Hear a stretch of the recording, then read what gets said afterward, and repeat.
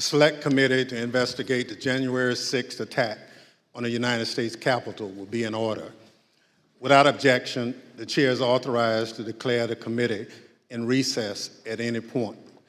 Pursuant to House Deposition Authority Regulation 10, the chair announces the committee's approval to release the deposition material presented during today's hearing. Good afternoon. At our last hearing, we told the story of a scheme driven by Donald Trump to pressure former Vice President Mike Pence to illegally overturn the election results. We showed that when the pressure campaign failed and Mike Pence fulfilled his constitutional obligation, Donald Trump turned a violent mob loose on him. We showed that the mob came within roughly 40 feet of the Vice President. Today, we'll show that what happened to Mike Pence wasn't an isolated part of Donald Trump's scheme to overturn the election. In fact, pressuring public servants into betraying their oaths was a fundamental part of the playbook. And a handful of election officials in several key states stood between Donald Trump and the upending of American democracy. As we begin today, it's important to remember when we count the votes for president, we count the votes state by state. For the most part, the candidates who win the popular vote in a state wins all the state's electoral college votes. And whoever wins a majority of the electoral college votes wins the presidency. So when Donald Trump tried to overturn the election results, he focused on just a few states. He wanted officials at the local and state level to say the vote was tainted by widespread fraud and throw out the results, even though, as we showed last week, there wasn't any voter fraud that could have overturned the election results. And like Mike Pence, these public servants wouldn't go along with Donald Trump's scheme. And when they wouldn't embrace the big lie and substitute the will of the voters with Donald Trump's will to remain in power, Donald Trump worked to ensure they faced the consequences. Threats to people's livelihood and lives, threats of violence that Donald Trump knew about and amplified. And in our other hearings, we can't just look backward at what happened in late 2020 and in the early 2021 because the danger hadn't gone away. Our democracy endured a mighty test on January 6th and in the days before. We say our institutions held. But what does that really mean? Democratic institutions aren't abstractions or ideas. They are local officials who oversee elections, secretaries of state, people in whom we placed our trust that they'll carry out their duties. But what if they don't? 2 weeks ago, New Mexico held its primary elections. One county commission refused to certify the results, citing vague, unsupported claims dealing with Dominion voting machines. The court stepped in, saying New Mexico law required the commission to certify the results. 2 of the 3 members of the commission finally relented. One still refused, saying his vote, quote, isn't based on any evidence, it's not based on any facts, it's only based on my gut feeling and my own intuition, and that's all I need. By the way, a few months ago, this county commissioner was found guilty of illegally entering the Capitol grounds on January 6th. This story reminds us of a few things. First, as we've shown in our previous hearings, claims that widespread voter fraud tainted the 2020 presidential election have always been a lie. Donald Trump knew they were a lie, and he kept amplifying them anyway. Everything we described today, the relentless, destructive pressure campaign on state and local officials, was all based on a lie. Donald Trump knew it, he did it anyway. Second, the lie hasn't gone away. It's corrupting our democratic institutions. People who believe that lie are now seeking positions of public trust. And as seen in New Mexico, their oath to be to the people they serve will take a back seat to their commitment to the big lie. If that happens, who will make sure our institutions don't break under the pressure? We won't have close calls. We'll have a catastrophe. My distinguished colleague from California, Mr. Schiff, will present much of the Select Committee's finding on this matter. First, I'm pleased to recognize our Vice Chair, Ms. Cheney of Wyoming, for any opening statement she'd care to offer. Thank you very much, Mr. Chairman. Today, we will begin examining President Trump's effort to overturn the election by exerting pressure on state officials and state legislatures. Donald Trump had a direct and personal role in this effort, as did Rudy Giuliani, as did John Eastman. In other words, the same people who were attempting to pressure Vice President Mike Pence to reject electoral votes illegally were also simultaneously working to reverse the outcome of the 2020 election at the state level. Each of these efforts to overturn the election is independently serious. Each deserves attention both by Congress and by our Department of Justice. But as the federal court has already indicated, these efforts were also part of a broader plan. And all of this was done in preparation for January 6th. I would note 2 points for particular focus today. First, today you will hear about calls made by President Trump to officials of Georgia and other states. As you listen to these tapes, keep in mind what Donald Trump already knew at the time he was making those calls. He had been told over and over again that his stolen election allegations were nonsense. For example, this is what former Attorney General Bill Barr said to President Trump about allegations in Georgia. We took a hard look at this ourselves, and based on our review of it, including the interviews of the key witnesses, the Fulton County allegations had no merit. The ballots under the table were legitimate ballots. They weren't in a suitcase. They had been pre-opened for eventually feeding into the machine. All the stuff about the water leak and that there was some subterfuge involved. We felt there was some confusion, but there was no evidence of a subterfuge to create an opportunity to feed things into the count. And so we didn't see any evidence of fraud in the Fulton County episode. And Acting Deputy Attorney General Richard Donahue told Donald Trump this. And I said something to the effect of, sir, we've done dozens of investigations, hundreds of interviews.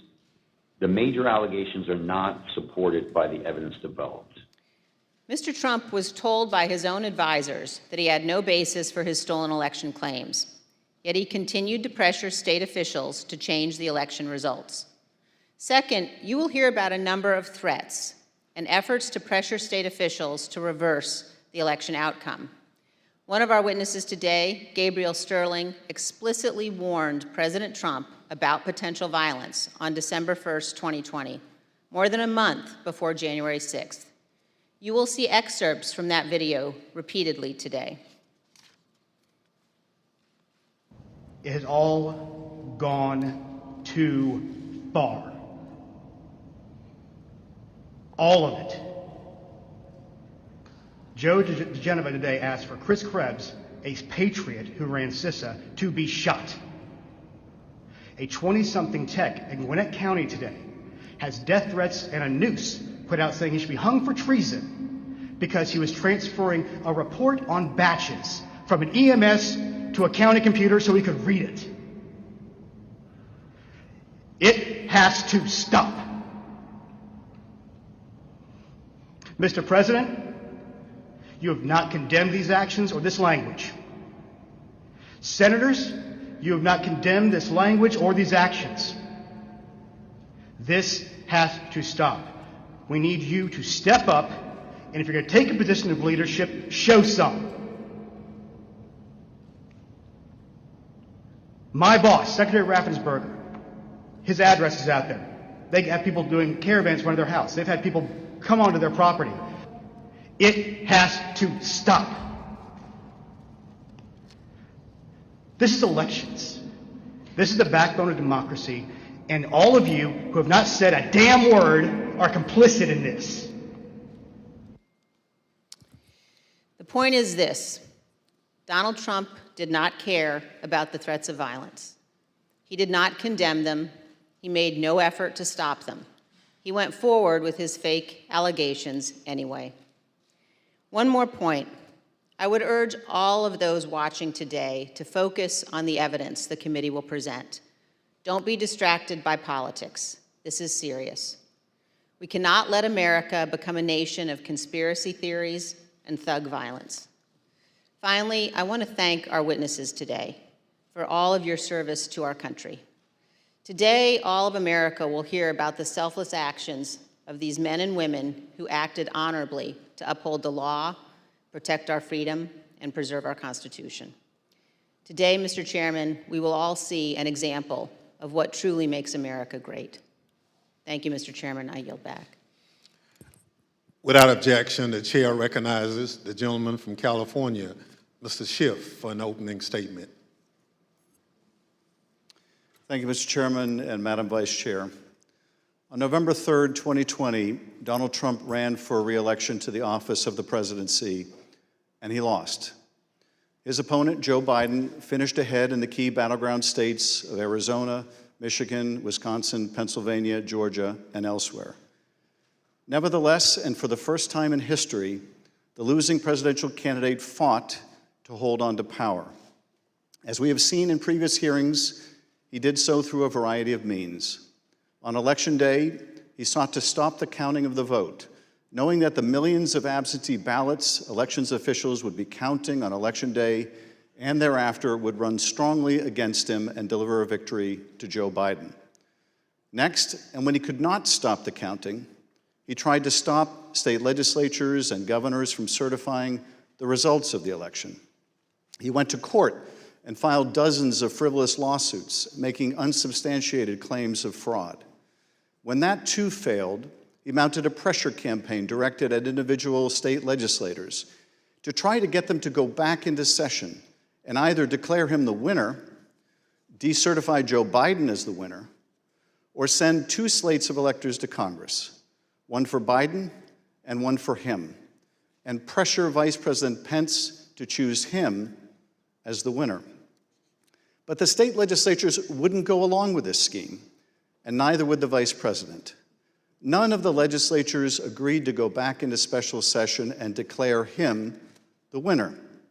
No legitimate state authority in the states Donald Trump lost would agree to appoint fake Trump electors and send them to Congress.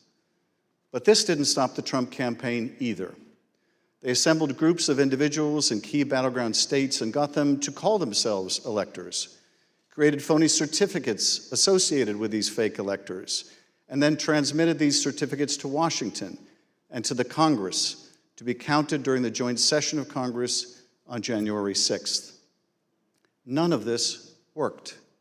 But according to Federal District Judge David Carter, former President Trump and others likely violated multiple federal laws by engaging in this scheme, including conspiracy to defraud the United States. You will hear evidence of the former president and his top advisors' direct involvement in key elements of this plot, or what Judge Carter called a coup in search of a legal theory. For as the judge explained, President Trump's pressure campaign to stop the electoral count did not end with Vice President Pence. It targeted every tier of federal and state elected officials. Convincing state legislatures, he said, to certify competing electors was essential to stop the count and ensure President Trump's re-election. As we have seen in our prior hearings, running through this scheme was a big lie that the election was plagued with massive fraud and somehow stolen. You'll remember what the president's own Attorney General, Bill Barr, said he told the president about these claims of massive fraud affecting the outcome of the election. And I told him that the stuff that his people were shoveling out to the public was bullshit. I mean, that the claims of fraud were bullshit. The president's lie was and is a dangerous cancer on the body politic. If you can convince Americans that they cannot trust their own elections, that any time they lose it is somehow illegitimate, then what is left but violence to determine who should govern? This brings us to the focus of today's hearing. When state elections officials refused to stop the count, Donald Trump and his campaign tried to put pressure on them. When state executive officials refused to certify him the winner of states he lost, he applied more pressure. When state legislators refused to go back into session and appoint Trump electors, he amped up the pressure yet again. Anyone who got in the way of Donald Trump's continued hold on power after he lost the election was the subject of a dangerous and escalating campaign of pressure. This pressure campaign brought angry phone calls and texts, armed protests, intimidation, and all too often, threats of violence and death. State legislators were singled out. So too were statewide elections officials. Even local elections workers, diligently doing their jobs, were accused of being criminals and had their lives turned upside down. As we will show, the president's supporters heard the former president's claims of fraud and the false allegations he made against state and local officials as a call to action. Stop the steal! Stop the steal! Stop the steal! You're a threat to democracy! You're a threat to free and honest election! America! We love our rights and our freedom! Tyranny will not be allowed in our country. You're a tyrant, you're a felon, and you must turn yourself in to the authorities immediately. And then about 45 minutes later, we started to hear the noises outside my home, and my stomach sunk, and I thought, it's me. And then it's just, we don't know what's going to, the uncertainty of that was what was the fear. Like, are they coming with guns? Are they going to attack my house? I'm in here with my kid, I'm trying to put him to bed. And so it was, that was the scariest moment, just not knowing what was going to happen. This pressure campaign against state and local officials spanned numerous contested states, as you will see in this video produced by the Select Committee. My name is Josh Roselman. I'm an investigative counsel for the House Select Committee to investigate the January 6th attack on the United States Capitol. Beginning in late November 2020, the president and his lawyers started appearing before state legislators, urging them to give their electoral votes to Trump, even though he lost the popular vote. I represent President Trump along with Jenna Ellis, and this is our fourth or fifth hearing. This election has to be turned around because we won Pennsylvania by a lot, and we won all of these swing states by a lot. This was a strategy with both practical and legal elements.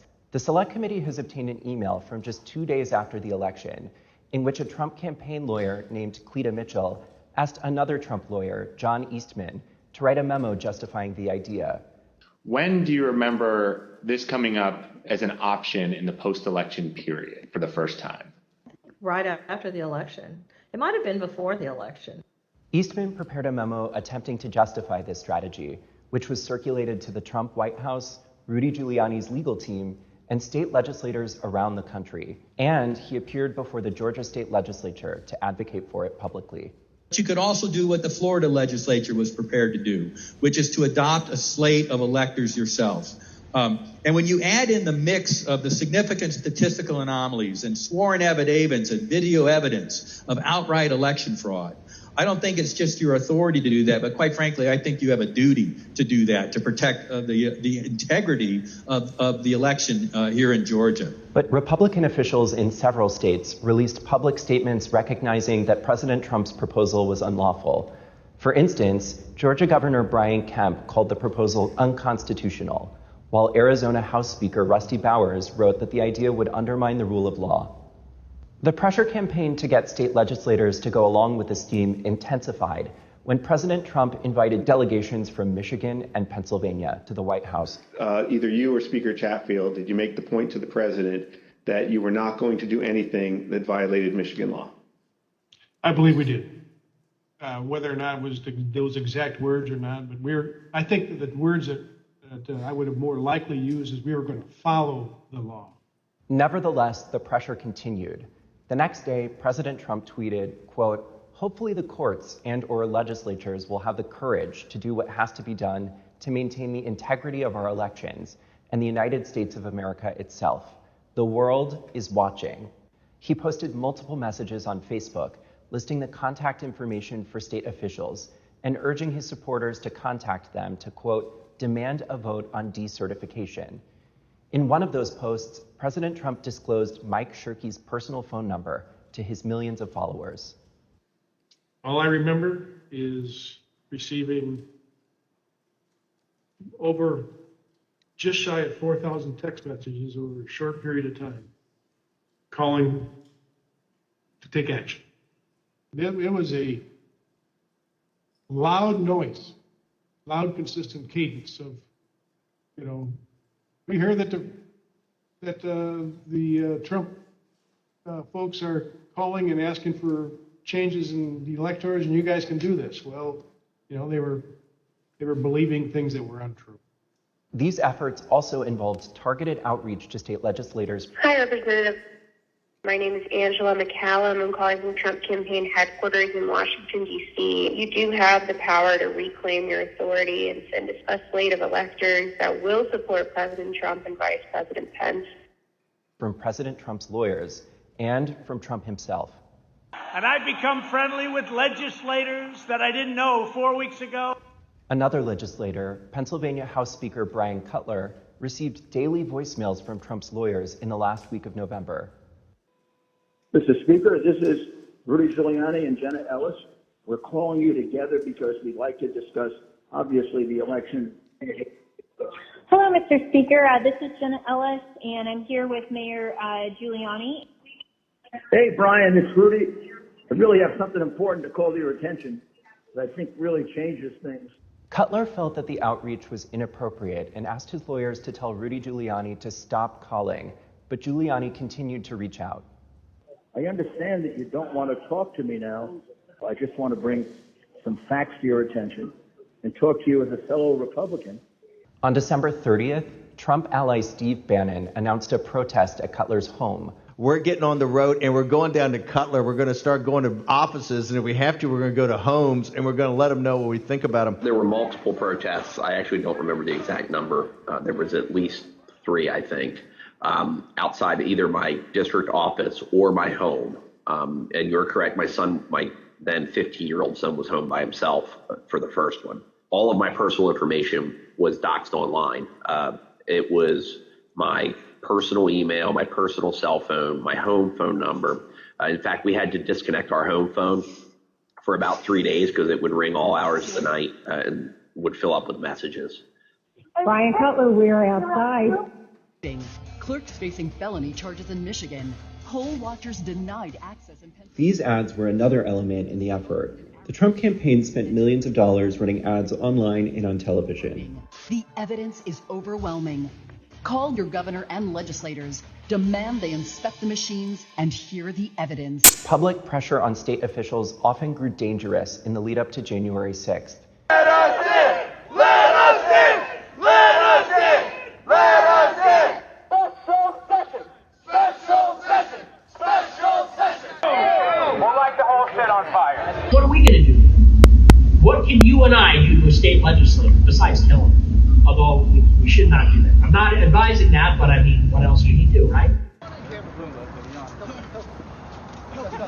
The punishment for treason is death.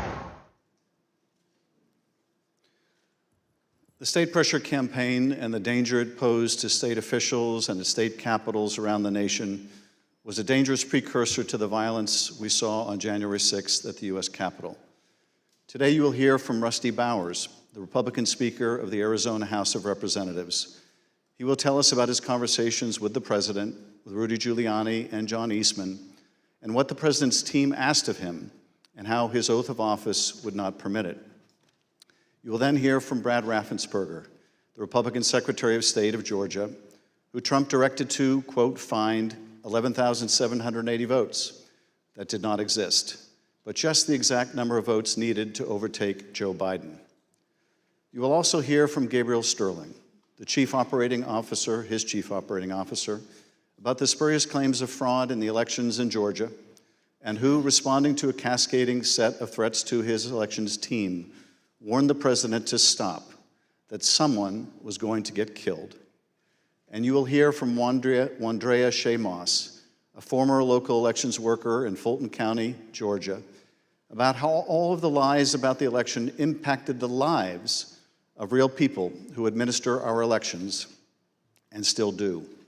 You will hear what they experienced when the most powerful man in the world, the President of the United States, sought to cling to power after being voted out of office by the American people. The system held, but barely. And the system held because people of courage, Republicans and Democrats, like the witnesses you will hear today, put their oath to the country and Constitution above any other consideration. They did their jobs, as we must do ours. Thank you, Mr. Chairman, and I yield back. I now welcome our first panel of witnesses. We're joined today by a distinguished legislator from Arizona, Rusty Bowers, who's a Republican Speaker of the Arizona House of Representatives. Mr. Bowers was first elected to the state legislature in 1993 and has served as Speaker since 2019. Welcome, Speaker Bowers. Brad Raffensperger is the 29th Secretary of State of Georgia, serving in this role since 2019.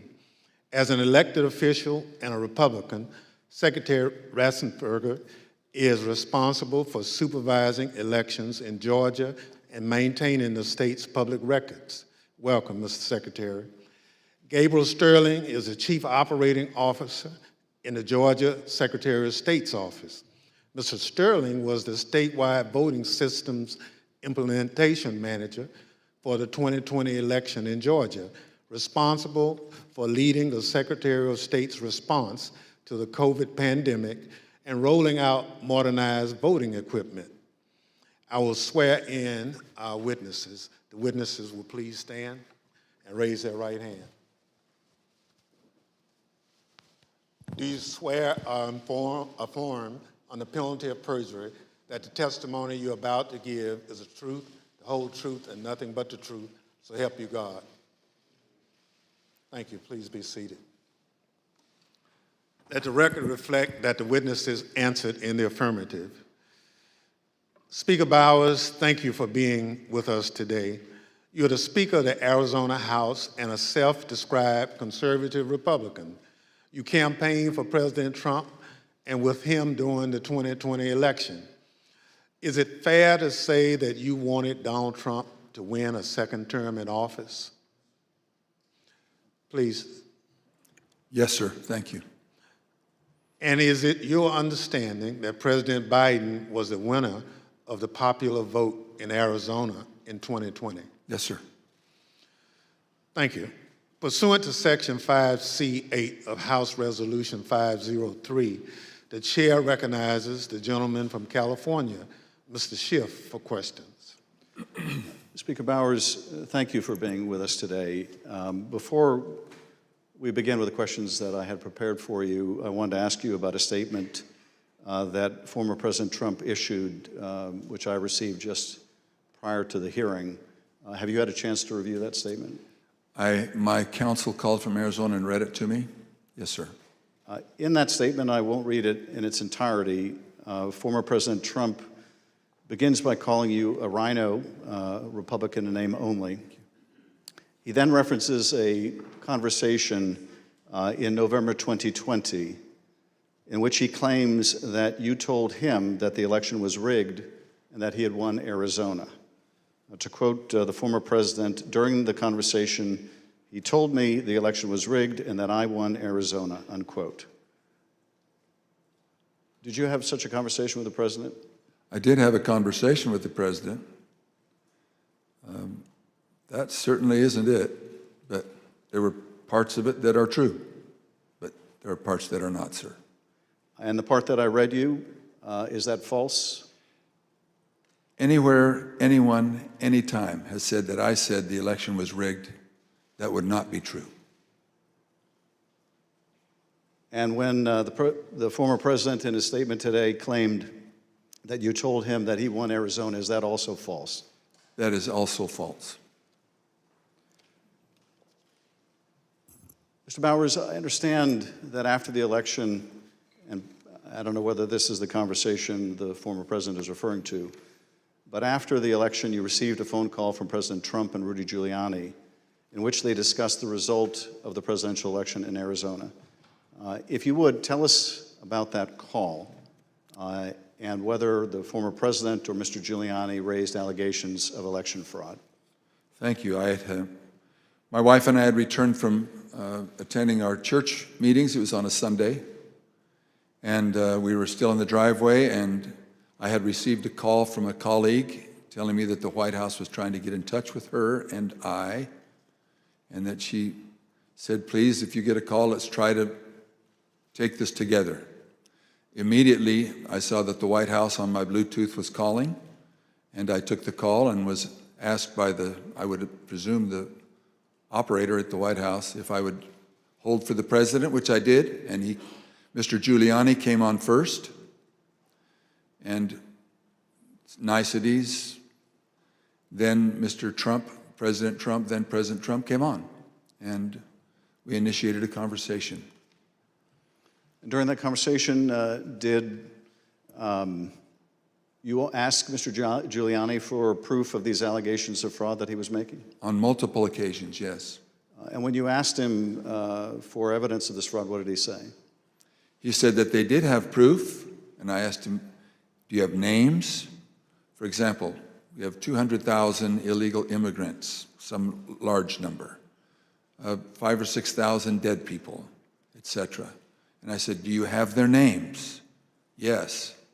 Will you give them to me? Yes. The president interrupted and said, give the man what he needs, Rudy. He said, I will. And that happened on at least 2 occasions, that interchange in the conversation. So Mr. Giuliani was claiming in the call that there were hundreds of thousands of undocumented people and thousands of dead people who had purportedly voted in the election? Yes. And you asked him for evidence of that? I did. And did you ever receive from him that evidence either during the call, after the call, or to this day? Never. What was the ask during this call? He was making these allegations of fraud, but he had something or a couple things that they wanted you to do. What were those? The ones I remember were first that we would hold, that I would allow an official committee at the Capitol so that they could hear this evidence and that we could take action thereafter. And I refused. I said, up to that time, the circus, I called it a circus, had been brewing with lots of demonstrations, both at the counting center, at the Capitol, and other places. And I didn't want to have that in the House. I did not feel that the evidence, granted in its absence, merited a hearing, and I didn't want to be used as a pawn. If there was some other need that the committee hearing would fulfill. So that was the first ask, that we hold an official committee hearing. And what was his second ask? I said, to what end? To what end the hearing?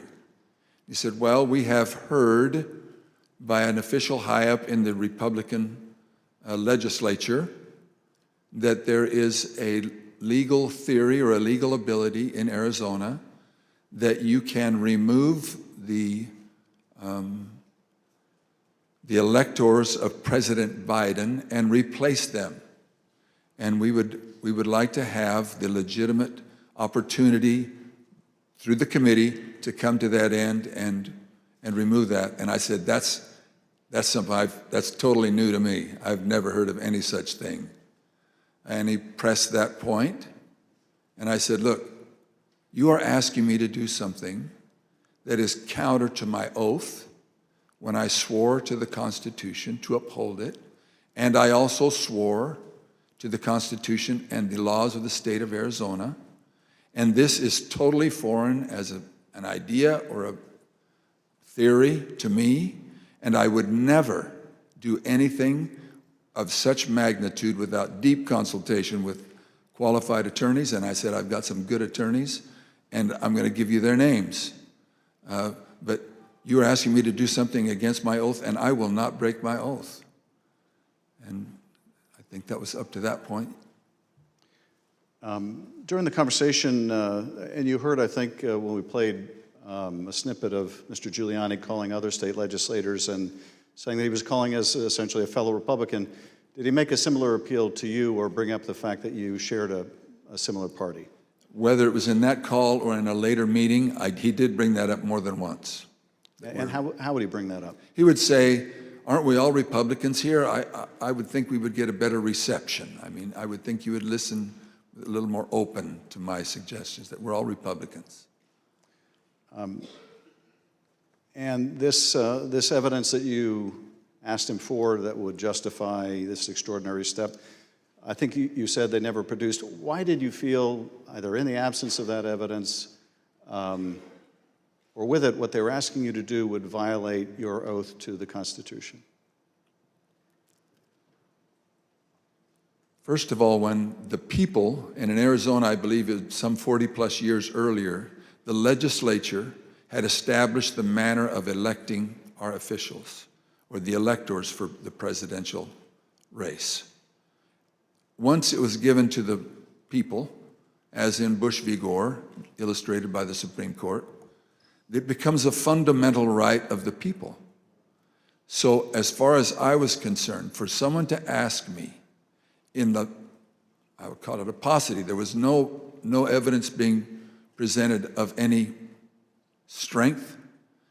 Evidence can be hearsay evidence, it's still evidence, but it's still hearsay. But strong judicial quality evidence, anything that would say to me, you have a doubt, deny your oath. I will not do that. And on more than one occasion throughout all this, that has been brought up, and it is a tenet of my faith that the Constitution is divinely inspired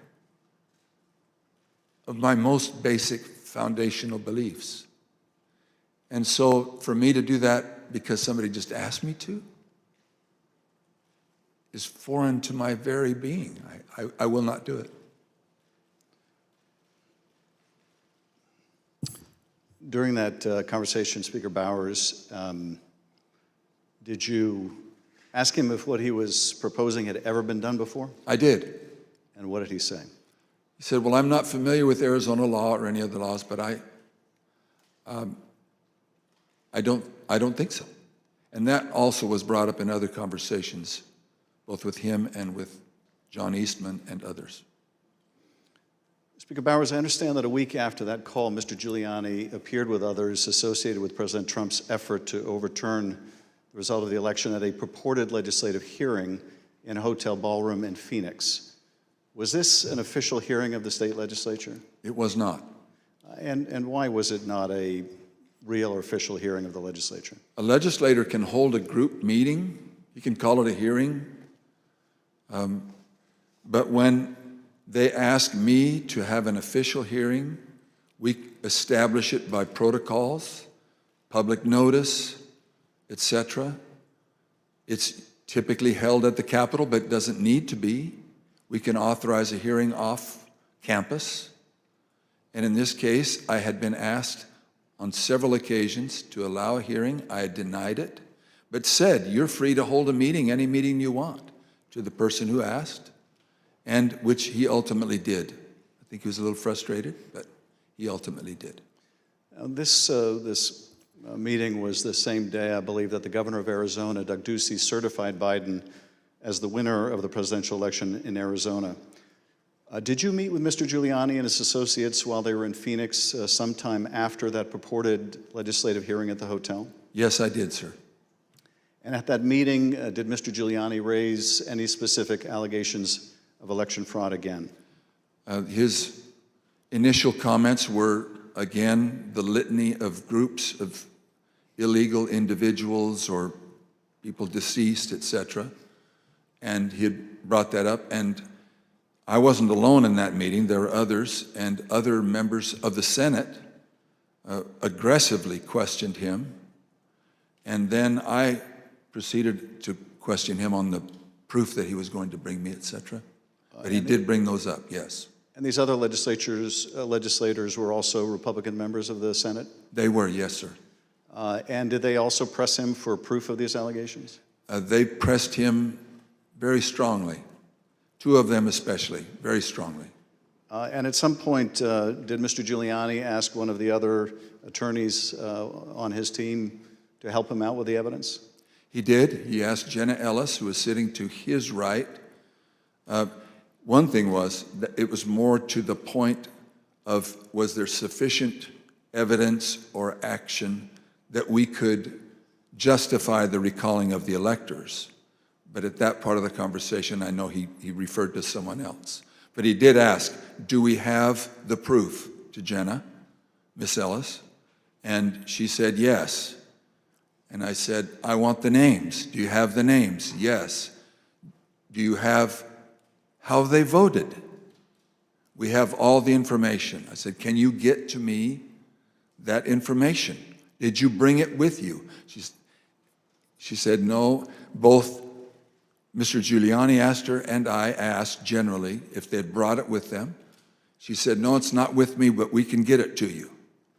And I said, then you didn't bring me the evidence, which was repeated in different iterations for some period of time. At some point, did one of them make a comment that they didn't have evidence, but they had a lot of theories? That was Mr. Giuliani. And what exactly did he say, and how did that come up? My recollection, he said, we've got lots of theories, we just don't have the evidence.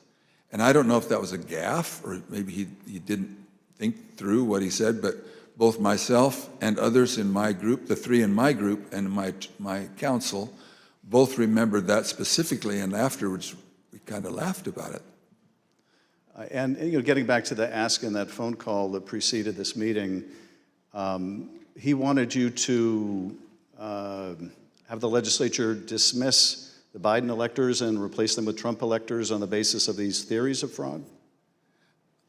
He did not say it in those exact words, but he did say that Arizona law, according to what he understood, that would be allowed, and that we needed to come into session to take care of that, which initiated a discussion about, again, what I can legally and not legally do, and I can't go into session in Arizona unilaterally or on my sole prerogative. In this meeting or at any other later time, did anyone provide you with evidence of election fraud sufficient to affect the outcome of the presidential election in Arizona? No one provided me ever such evidence. The Select Committee has uncovered evidence in the course of our investigation that had stopped the steel protests at state capitals across the country. There were individuals with ties to the groups or parties involved in the January 6th attack on the U.S. Capitol. One of those incursions took place in the Arizona House of Representatives building, as you can see in this footage.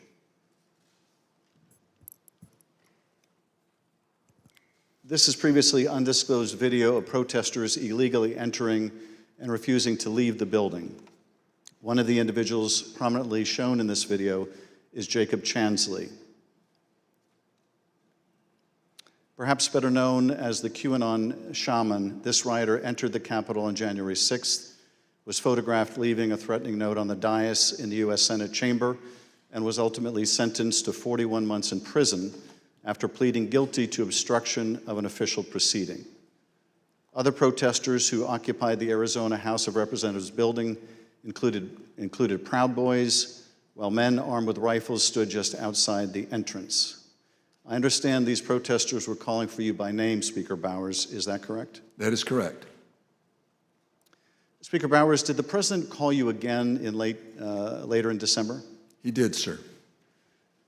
Did you tell the president in that second call that you supported him, that you voted for him, but that you were not going to do anything illegal for him? I did, sir.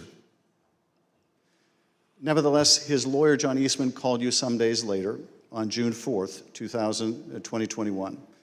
And he did have a very specific ask that would have required you to do just what you had already told the president you wouldn't do, something that would violate your oath. Is that correct? That's correct. It wasn't just me. I had my counsel and others on the call. And what did Dr. Eastman want you to do? That we would, in fact, take a vote to overthrow, or I shouldn't say overthrow, that we would decertify the electors, and that because we had plenary authority to do so. And he cited Article 2, Section 1, I think it's Clause 2, and said that in his opinion that gave us the authority if there was, I don't recall him saying sufficient evidence, but there was some call or some strong reason to do so that we, or justification to do so that we could do that. And that he was asking that his suggestion was that we would do it. And I said, again, I took an oath. For me to take that, to do what you do, would be counter to my oath. I don't recall if it was in that conversation, clearly, that we talked more about the oath, but I said, what would you have me do? And he said, just do it and let the court sort it out. And I said, you're asking me to do something that's never been done in history, the history of the United States, and I'm going to put my state through that without sufficient proof, and that's going to be good enough with me? That I would put us through that, my state, that I swore to uphold both in Constitution and in law? No, sir. He said, well, that's my suggestion would be just do it and let the courts figure it all out. And he didn't use that exact phrase, but that was what his meaning was, and I declined, and I believe that was close to the end of our phone call. And again, this took place after you had recently spoken with President Trump and told him that you wouldn't do anything illegal for him. Is that right? It wasn't days after. Obviously, it was days after, but a few days had gone by. But you had told President Trump you would not do anything illegal for him. I did, both times. And you told Dr. Eastman that you did not believe there was legal support to justify what he was asking, but he still wanted you to do it and effectively let the courts work it out? I've been warned, don't say things you think, maybe he said, but I do remember him saying that the authority of the legislature was plenary and that you can do it. I said, then you should know that I can't even call the legislature into session without a 2/3 majority vote. We're only 30 plus 1. There's no way that could happen. But in your view, what he was asking you to do would have violated your oath to the Constitution, both the United States Constitution and the Constitution of the state of Arizona? Yes, sir. Did you also receive a call from U.S. Representative Andy Biggs of Arizona on the morning of January 6th? I did. And what did Mr. Biggs ask you to do? I believe that was the day that the vote was occurring to each state to have certification, or to declare the certification of the electors. And he asked if I would sign on both to a letter that had been sent from my state and or that I would support the decertification of the electors. And I said I would not. Mr. Speaker, on December 4th, 2020, shortly after your meeting with Rudy Giuliani and other allies of President Trump, you released a statement publicly addressing, quote, calls for the legislature to overturn the 2020 certified election results. The statement is very straightforward in explaining the, quote, breathtaking request, unquote, made by representatives of President Trump, quote, that the Arizona legislature overturn the certified results of last month's election and deliver the state's electoral college votes to President Trump, unquote. Why did you believe, as you wrote in this statement, that the rule of law forbid you from doing what President Trump and his allies wanted you to do? Representative, I'm sorry, I should be saying, Mr. Chairman, Representative Schiff. There's two sides to the answer. One is, what am I allowed to do, and what am I forbidden to do? We have no legal pathway, both in state law nor to my knowledge in federal law, for us to execute such a request. And I am not allowed to walk or act beyond my authority. If I'm not specifically authorized as a legislator, as a legislature, then I cannot act to the point of calling us into session. Some say that just a few legislators have plenary authority, and that has come as part of all of this discussion, I'll call it. But so to not have authority and be forbidden to act beyond my authority on both counts, I am not authorized to take such action, and that would deny my oath. In your statement, you included excerpts from President Ronald Reagan's inaugural address in 1981. The newly inaugurated president told the country, quote, "The orderly transfer of authority as called for in the Constitution routinely takes place as it has for almost 2 centuries, and few of us stop to think how unique we really are. In the eyes of many in the world, this every 4-year ceremony we accept as normal is nothing less than a miracle." Tell us, if you would, Mr. Speaker, why did you include President Reagan's words in your public statement? Mr. Chairman, Representative Schiff, because I have a lot of admiration for Ronald Reagan.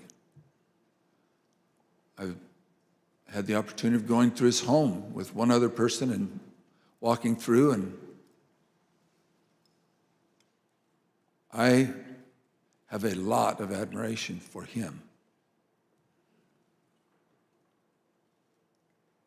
When he pointed out, which is, I have lived in other country for a period of time and have visited a few countries, and during election times, the fact that we allow an election, support an election, and stand behind the election, even in the past when there have been serious questions about the election, and then move on without disturbance and with acceptance that we choose to follow the outcome of the will of the people. That will, it means a lot to me, and I know it meant a lot to him, and so we included that.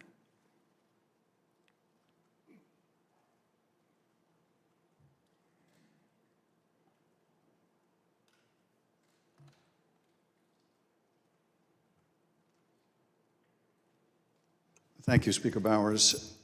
I now want to look even more deeply at the fake electors scheme. Every 4 years, citizens from all over the United States go to the polls to elect their president. Under our Constitution, when we cast our votes for president, we are actually voting to send electors pledged to our preferred candidate to the Electoral College.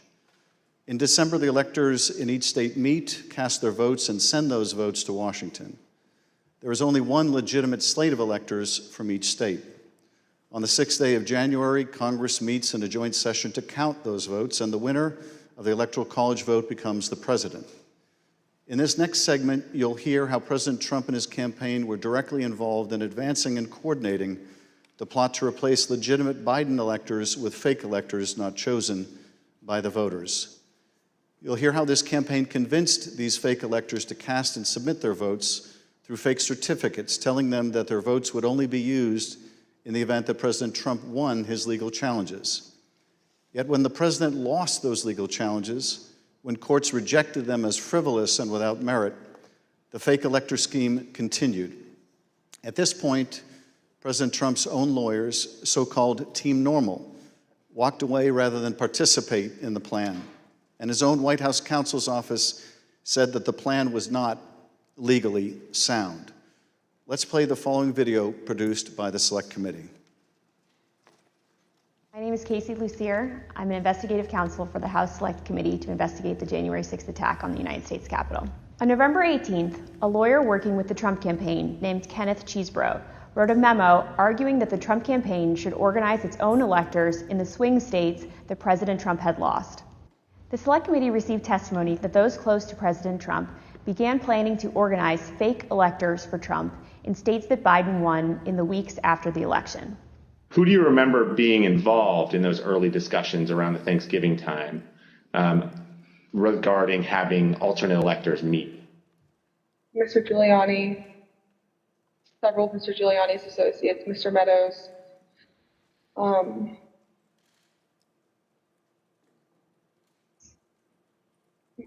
members of Congress, although it's difficult to distinguish if the members that I'm thinking of were involved during Thanksgiving or if they were involved as we progressed through December. At the president's direct request, the RNC assisted the campaign in coordinating this effort. What did the president say when he called you? Essentially, he turned the call over to Mr. Eastman, who then proceeded to talk about the importance of the RNC helping the campaign gather these contingent electors in case any of the legal challenges that were ongoing changed the result of any of the states. I think more just helping them reach out and assemble them. But my understanding is the campaign did take the lead, and we just were helping them in that role. As President Trump and his supporters continued to lose lawsuits, some campaign lawyers became convinced that convening electors in states that Trump lost was no longer appropriate. I just remember I either replied or called somebody saying, unless we have litigation pending that's like in these states, like, I don't think this is appropriate, or, this isn't the right thing to do. I don't remember how I phrased it, but and I got into a little bit of a back and forth, and I think it was with Ken Cheesebro, where I said, all right, you just get after it. Like, I'm out. At that point, I had Josh Finley email Mr. Chesbro politely to say, this is your task. You are responsible for the Electoral College issues moving forward. And this was my way of taking that responsibility to zero. The committee learned the White House counsel's office also felt the plan was potentially illegal. And so, to be clear, did you hear the White House counsel's office say that this plan to have alternate electors meet and cast votes for Donald Trump in states that he had lost was not legally sound? Yes, sir. And who was present for that meeting that you remember? It was in our office. It was Mr. Meadows, Mr. Giuliani, and a few of Mr. Giuliani's associates. The Select Committee interviewed several of the individual fake electors, as well as Trump campaign staff who helped organize the effort. We were just, kind of useful idiots or rubes at that point. A strong part of me really feels that it's just kind of as the road continued and as that was failure, that got formulated as what do we have on the table? Let's just do it. And now, after what we've told you today about the Select Committee's investigation about the conclusion of the professional lawyers on the campaign staff, Justin Clark, Matt Morgan, and Josh Finley, about their unwillingness to participate in the convening of these electors, how does that contribute to your understanding of these issues? I'm angry. Because I think in a sense, no one really cared if people were potentially putting themselves in jeopardy. Would you have not wanted to participate in this any further as well? I absolutely would not have. Had I known that the three main lawyers for the campaign that I'd spoken to in the past and were leading up were not on board, Yeah. I was told that these would only count if a court ruled in our favor. So that would have been using our electors, it would have been using our electors in ways that we weren't told about, and we wouldn't have supported. Documents obtained by the Select Committee indicate that instructions were given to the electors in several states that they needed to cast their ballots in complete secrecy. Because this scheme involved fake electors, those participating in certain states had no way to comply with state election laws, like where the electors were supposed to meet. One group of fake electors even considered hiding overnight to ensure that they could access the state capitol, as required in Michigan. Did Mr. Norton say who he was working with at all on this effort to have electors meet? He said he was working with the president's campaign.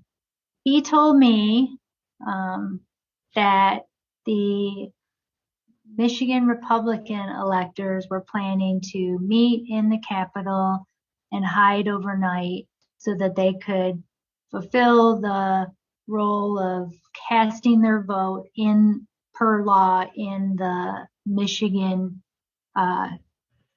chambers. And I told him in no uncertain terms that that was insane and inappropriate. In one state, the fake electors even asked for a promise that the campaign would pay their legal fees if they got sued or charged with a crime. Ultimately, fake electors did meet on December 14th, 2020 in Arizona, Georgia, Michigan, Pennsylvania, New Mexico, Nevada, and Wisconsin. At the request of the Trump campaign, the electors from these battleground states signed documents falsely asserting that they were the, quote, duly elected electors from their state, and submitted them to the National Archives and to Vice President Pence in his capacity as President of the Senate. Here is what some of the fake elector certificates look like as compared to the real ones. But these ballots had no legal effect. In an email produced to the Select Committee, Dr. Eastman told a Trump campaign representative that it did not matter that the electors had not been approved by a state authority. Quote, the fact that we have multiple slates of electors demonstrates the uncertainty of either. That should be enough. He urged that Pence act boldly and be challenged. Documents produced to the Select Committee show that the Trump campaign took steps to ensure that the physical copies of the fake electors' electoral votes from 2 states were delivered to Washington for January 6th. Text messages exchanged between Republican Party officials in Wisconsin show that on January 4th, the Trump campaign asked for someone to fly their fake electors' documents to Washington. A staffer for Wisconsin Senator Ron Johnson texted a staffer for Vice President Pence just minutes before the beginning of the joint session.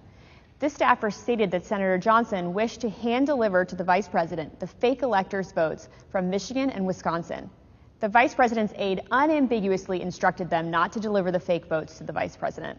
Even though the fake elector slates were transmitted to Congress and the executive branch, the Vice President held firm in his position that his role was to count lawfully submitted electoral votes. Joseph R. Biden, Jr. of the state of Delaware has received 306 votes. Donald J. Trump of the state of Florida has received 232 votes. Which is what he did when the joint session resumed on January 6th after the attack on the Capitol. 538.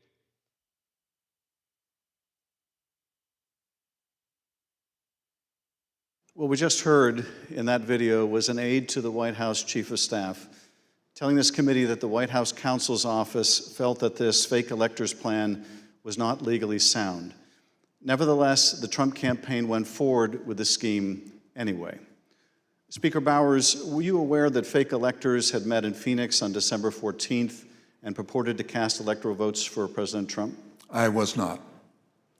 When you learned that these electors had met and sent their electoral votes to Washington, what did you think? Well, I thought of the book, The Gang That Couldn't Shoot Straight. And I just thought, this is a tragic parody. Mr. Bowers, I understand that as you flew from Phoenix to Washington yesterday, you reflected upon some passages from a personal journal that you were keeping in December 2020 while all of this was taking place. With your permission, I'm wondering if you would be willing to share one passage in particular with us. Thank you very much, It is painful to have friends who have been such a help to me turn on me with such rancor. I may, in the eyes of men, not hold correct opinions or act according to their vision or convictions, but I do not take this current situation in a light manner, a fearful manner, or a vengeful manner. I do not want to be a winner by cheating. I will not play with laws I swore allegiance to, with any contrived desire towards deflection of my deep foundational desire to follow God's will as I believe He led my conscience to embrace. How else will I ever approach Him in the wilderness of life, knowing that I ask this guidance only to show myself a coward in defending the course He let me take. He led me to take. Thank you, Mr. Speaker. Those are powerful words. I understand that taking the courageous positions that you did following the 2020 election in defense of the rule of law and protecting the voters of Arizona resulted in you and your family being subjected to protests and terrible threats. Can you tell us how this impacted you and your family? Well, as others in the videos have mentioned, we received, my secretaries would say, in excess of 20,000 emails and tens of thousands of voicemails and texts, which saturated our offices and we were unable to work, or at least communicate. But at home, up till even recently, it is the new pattern or a pattern in our lives to worry what will happen on Saturdays, because we have various groups come by and they have had video panel trucks with videos of me proclaiming me to be a pedophile and a pervert and a corrupt and politician, and blaring loudspeakers in my neighborhood and leaving literature both on my property, but arguing and threatening with neighbors and with myself. I don't know if I should name groups, but there was one gentleman that had the 3 bars on his chest, and he had a pistol and was threatening my neighbor, not with the pistol, but just vocally. When I saw the gun, I knew I had to get close. And at the same time, on some of these, we had a daughter who was gravely ill, who was upset by what was happening outside. And my wife, that was a valiant person, very, very strong, quiet, very strong woman.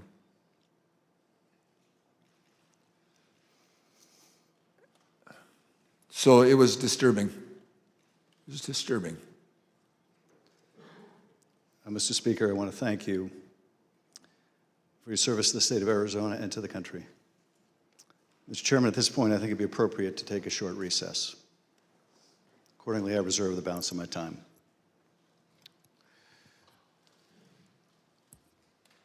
The chair requests that those in the hearing room remain seated until the Capitol Police have escorted members and witnesses from the room. We'll have 5 minutes, 5-minute recess.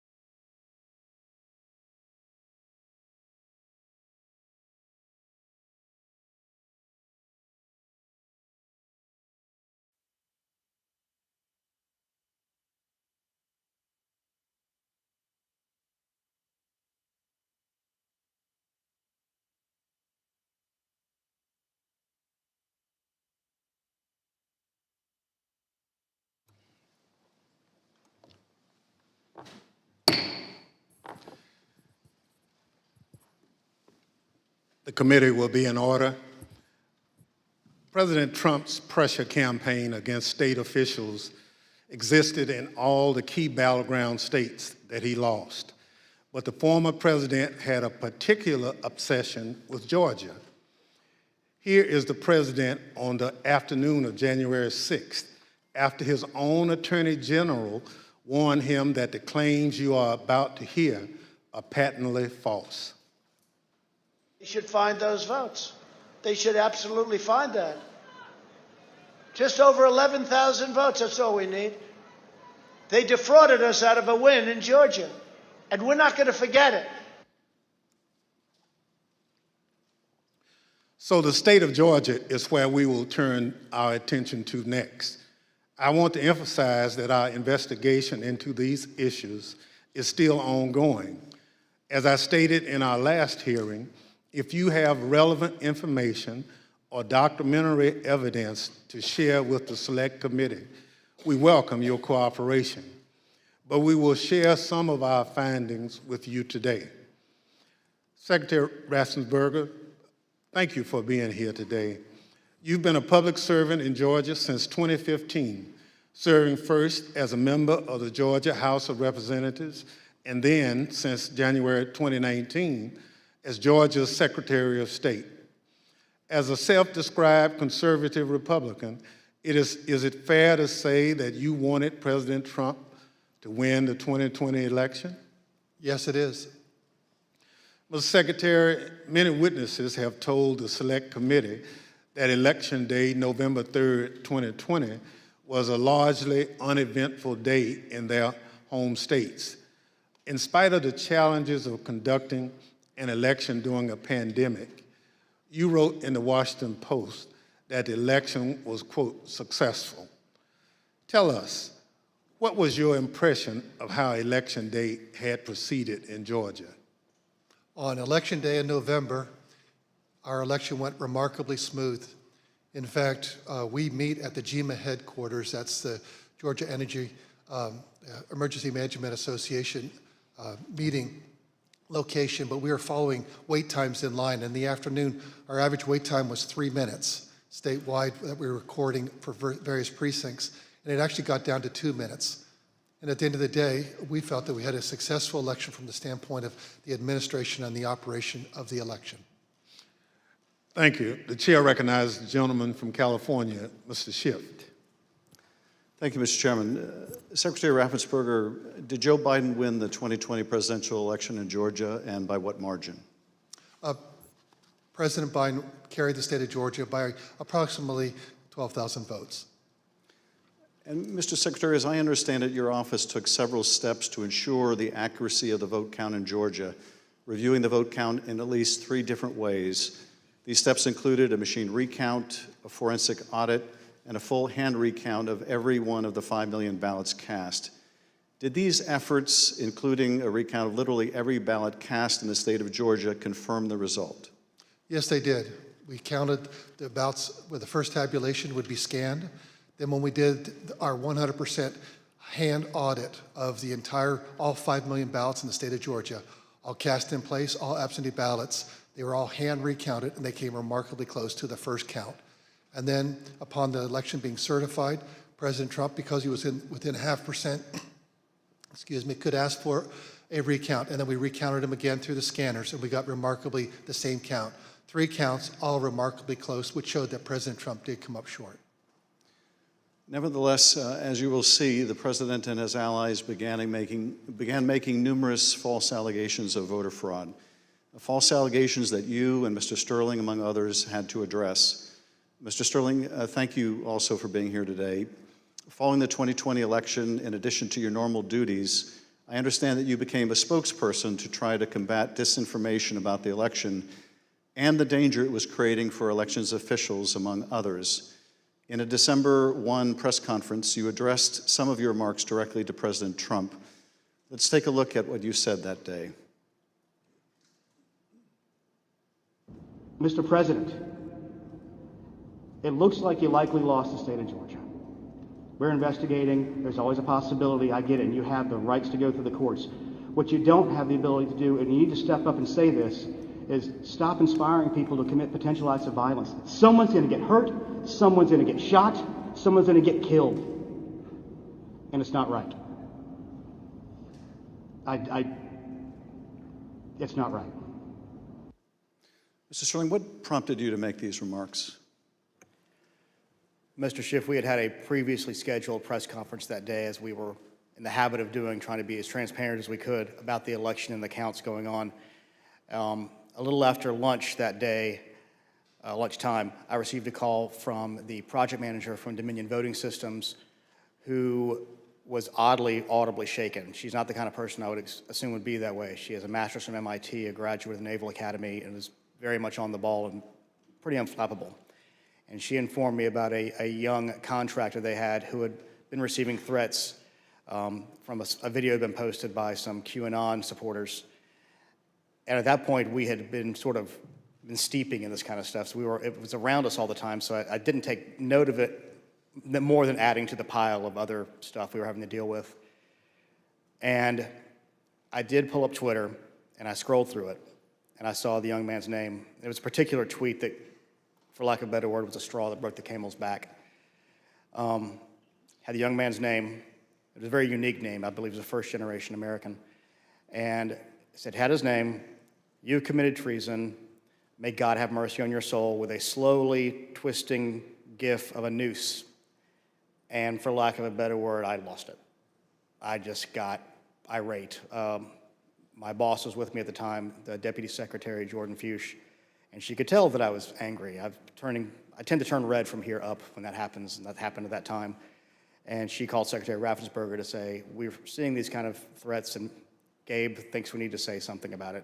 And the Secretary said yes, and that's what prompted me to do what I did. I lost my temper, but it seemed necessary at the time because it was just getting worse. And I could not tell you why that particular one was the one that put me over the edge, but it did. Now, after you made this plea to the president, did Donald Trump urge his supporters to avoid the use of violence? Not to my knowledge. Now, as we know, the president was aware of your speech because he tweeted about it later that day. Let's take a look at what the president said. In the tweet, Donald Trump claims that there was, quote, "massive voter fraud in Georgia." Mr. Sterling, that was just plain false, wasn't it? Yes, sir. Nevertheless, the very next day, on December 2nd, President Trump released a lengthy video again making false claims of election fraud in Georgia. Let's take a look at what he said this time. They found thousands and thousands of votes that were out of whack, all against me. In fact, the day after Donald Trump released that video, so now we're talking just 2 days after the emotional warning that you gave that someone's going to get killed, representatives of President Trump appeared in Georgia, including Rudy Giuliani, and launched a new conspiracy theory that would take on a life of its own and threaten the lives of several innocent election workers. This story falsely alleges that sometime during election night, election workers at the State Farm Arena in Atlanta, Georgia, kicked out poll observers. After the observers left, the story goes, these workers pulled so-called suitcases of ballots from under a table and ran those ballots through counting machines multiple times. Completely without evidence, President Trump and his allies claimed that these suitcases contained as many as 18,000 ballots, all for Joe Biden. None of this was true. But Rudy Giuliani appeared before the Georgia State Senate and played a surveillance video from State Farm Arena, falsely claiming that it showed this conspiracy taking place. Here's a sample of what Mr. Giuliani had to say during that hearing. And when you look at what you saw on the video, which to me was a smoking gun, powerful smoking gun, well, I don't have to be a genius to figure out what happened. And I don't have to be a genius to figure out that those votes are not legitimate votes. You don't put legitimate votes under a table. No. Wait until you throw the opposition out, and in the middle of the night, count them. We would have to be fools to think that. President Trump's campaign amplified Giuliani's false testimony in a tweet, pushing out the video footage. Giuliani likewise pushed out his testimony on social media, As you can see in this tweet, Mr. Giuliani wrote that it was, quote, now beyond doubt, unquote, that Fulton County Democrats had stolen the election. Later in this hearing, we'll hear directly from one of the election workers in this video about the effect these lies had on her and on her family. Mr. Sterling, did the investigators in your office review the entire surveillance tape from the State Farm Arena on election night? They actually reviewed approximately 48 hours going over the time period where action was taking place at the counting center at State Farm Arena. And what did the tape actually show? Depending on which time you want to start, because as was mentioned, this conspiracy theory took on a life of its own, where they conflated a water main break that wasn't a water main break and throwing observers out and a series of other things.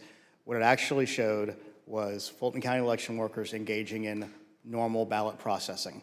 One of the things that was very frustrating was the so-called suitcases of ballots from under the table.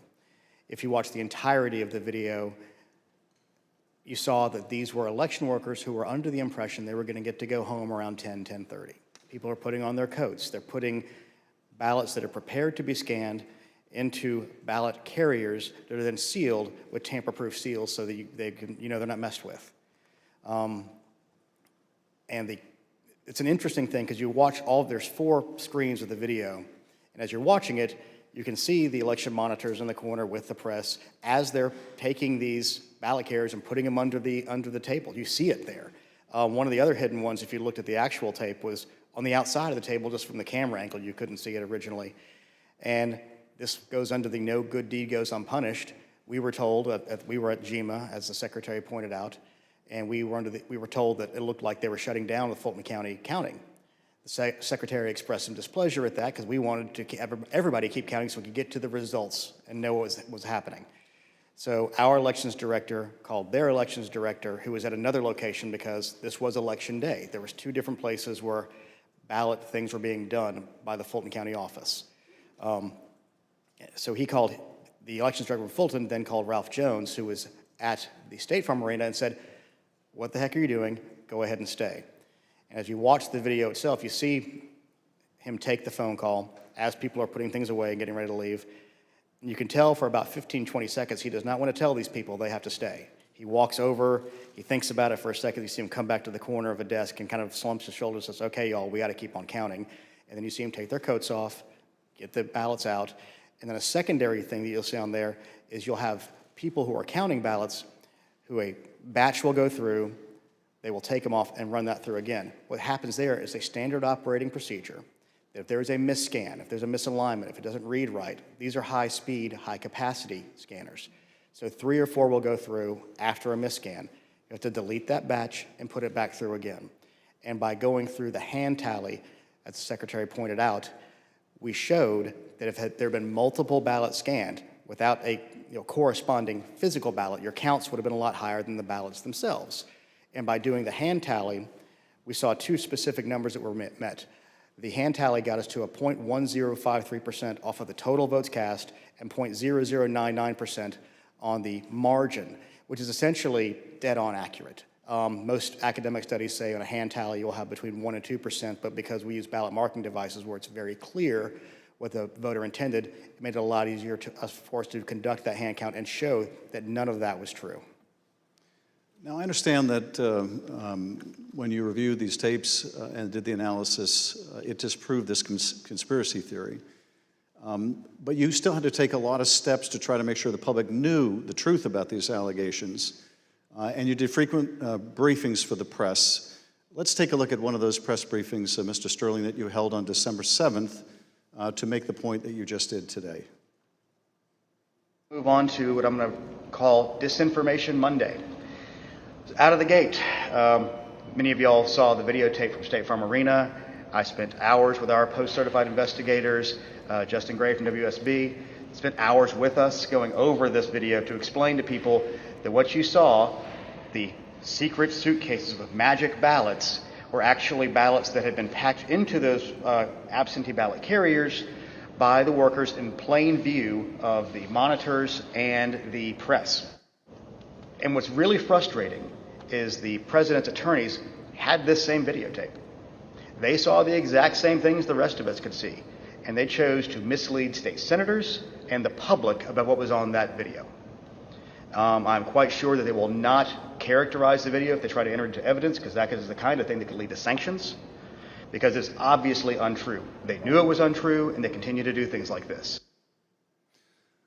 Mr. Sterling, despite the efforts by your office to combat this misinformation by speaking out publicly and through local media, you were unable to match the reach of President Trump's platform and social media megaphone spreading these false conspiracy theories. What was it like to compete with a president who had the biggest bully pulpit in the world to push out these false claims? For lack of a better word, it was frustrating, but oftentimes I felt our information was getting out, but that there was a reticence of people who needed to believe it because the President of the United States, whom many looked up to and respected, was telling them it wasn't true, despite the facts. And I have characterized at one point it was kind of like a shovel trying to empty the ocean. And yes, it was frustrating. I even have family members who I had to argue with about some of these things, and I would show them things, and the problem you have is you're getting to people's hearts. I remember there's one specific, an attorney that we know that we showed and walked him through, this wasn't true, okay, I get that, this wasn't true, okay, I get that, this wasn't, 5 or 6 things, but at the end he goes, I just know in my heart they cheated. That's just, and so once you get past the heart, the facts don't matter as much. And our job, from our point of view, is to get the facts out, do our job, tell the truth, follow the Constitution, follow the law, and defend the institutions, and the institutions held. Let's take a look at what you were competing with. This is the former president speaking in Georgia on December 5th. Evidence of fraud is overwhelming, and again, I'm going to ask you to look up at that very, very powerful and very expensive screen. Hidden cases of possible ballots are rolled out from under a table. 4 people under a cloud of suspicion. So, If you just take the crime of what those Democrat workers were doing, and by the way, there was no water main break. They said there was no water main break. That's 10 times more than I need to win this state. 10 times more. It's 10 times, maybe more than that, but it's 10 times more because we lost by a very close number. In this committee's hearing last Monday, we heard from senior federal law enforcement officials, from the senior-most federal law enforcement official in Atlanta at the time, U.S. Attorney for the Northern District, B.J. Pack, as well as former Attorney General Bill Barr. They both testified that the allegations were thoroughly investigated and found to have no merit. Here is U.S. Attorney Pack.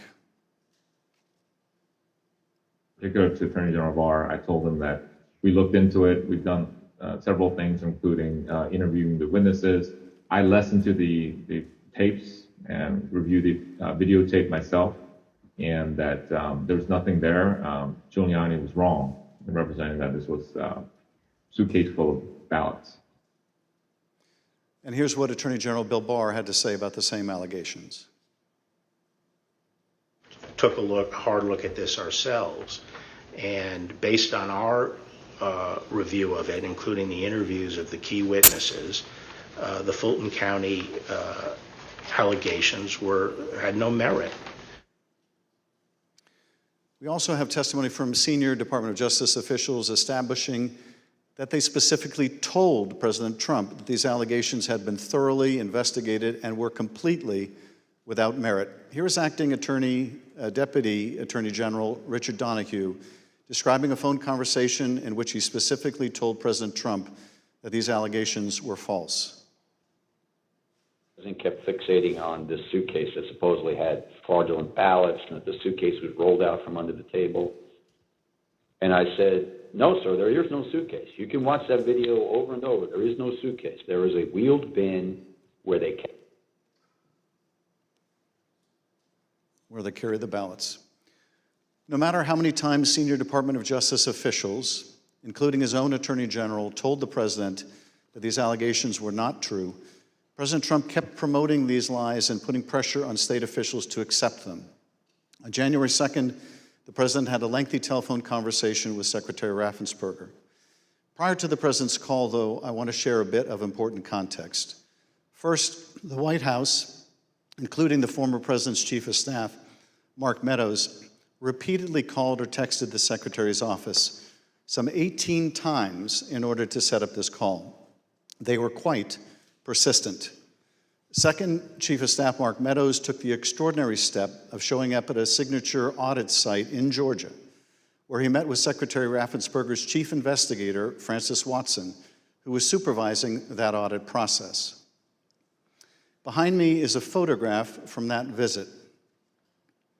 Third, the day after Meadows' Georgia visit, he set up a call between President Trump and Francis Watson. On the call between President Trump and Georgia investigator Francis Watson, the former president continued to push the false claim that he'd won the state of Georgia. Let's listen to that part of the conversation.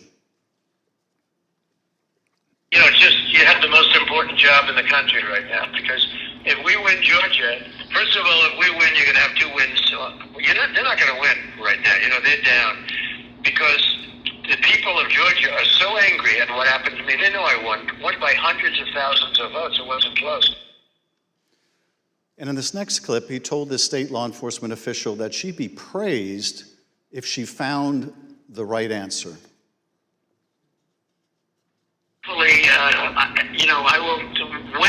When the right answer comes out, you'll be praised. I mean, I don't know why. They've made it so hard. They will be praised. People will say, "Great," because that's what it's about. That ability to check and to make it right. Because everyone knows it's wrong. There's just no way. Mr. Raffensperger, I know you weren't on this call, but that you have listened to it. President Trump didn't win by hundreds of thousands of votes in Georgia, did he? No, he did not. I've been traveling through the state of Georgia for a year now, and simply put, in a nutshell, what happened in fall of 2020 is that 28,000 Georgians skipped the presidential race, and yet they voted down ballot in other races. And the Republican congressmen ended up getting 33,000 more votes than President Trump, and that's why President Trump came up short. Thank you, Mr. Secretary. The President on this call doesn't stop here. Let's listen to another part of the conversation between President Trump and Ms. Watson.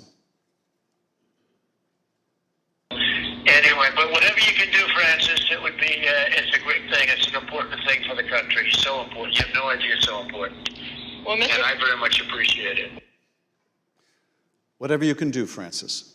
This is the President of the United States calling an investigator looking into the election in which he is a candidate and asking her to do whatever you can do. Mr. Secretary, he placed this call to your chief investigator on September 23rd, 2020. The Select Committee has received text messages indicating that Mark Meadows wanted to send some of the investigators in her office, in the words of one White House aide, a shitload of POTUS stuff, including coins, actual autographed MAGA hats, etc.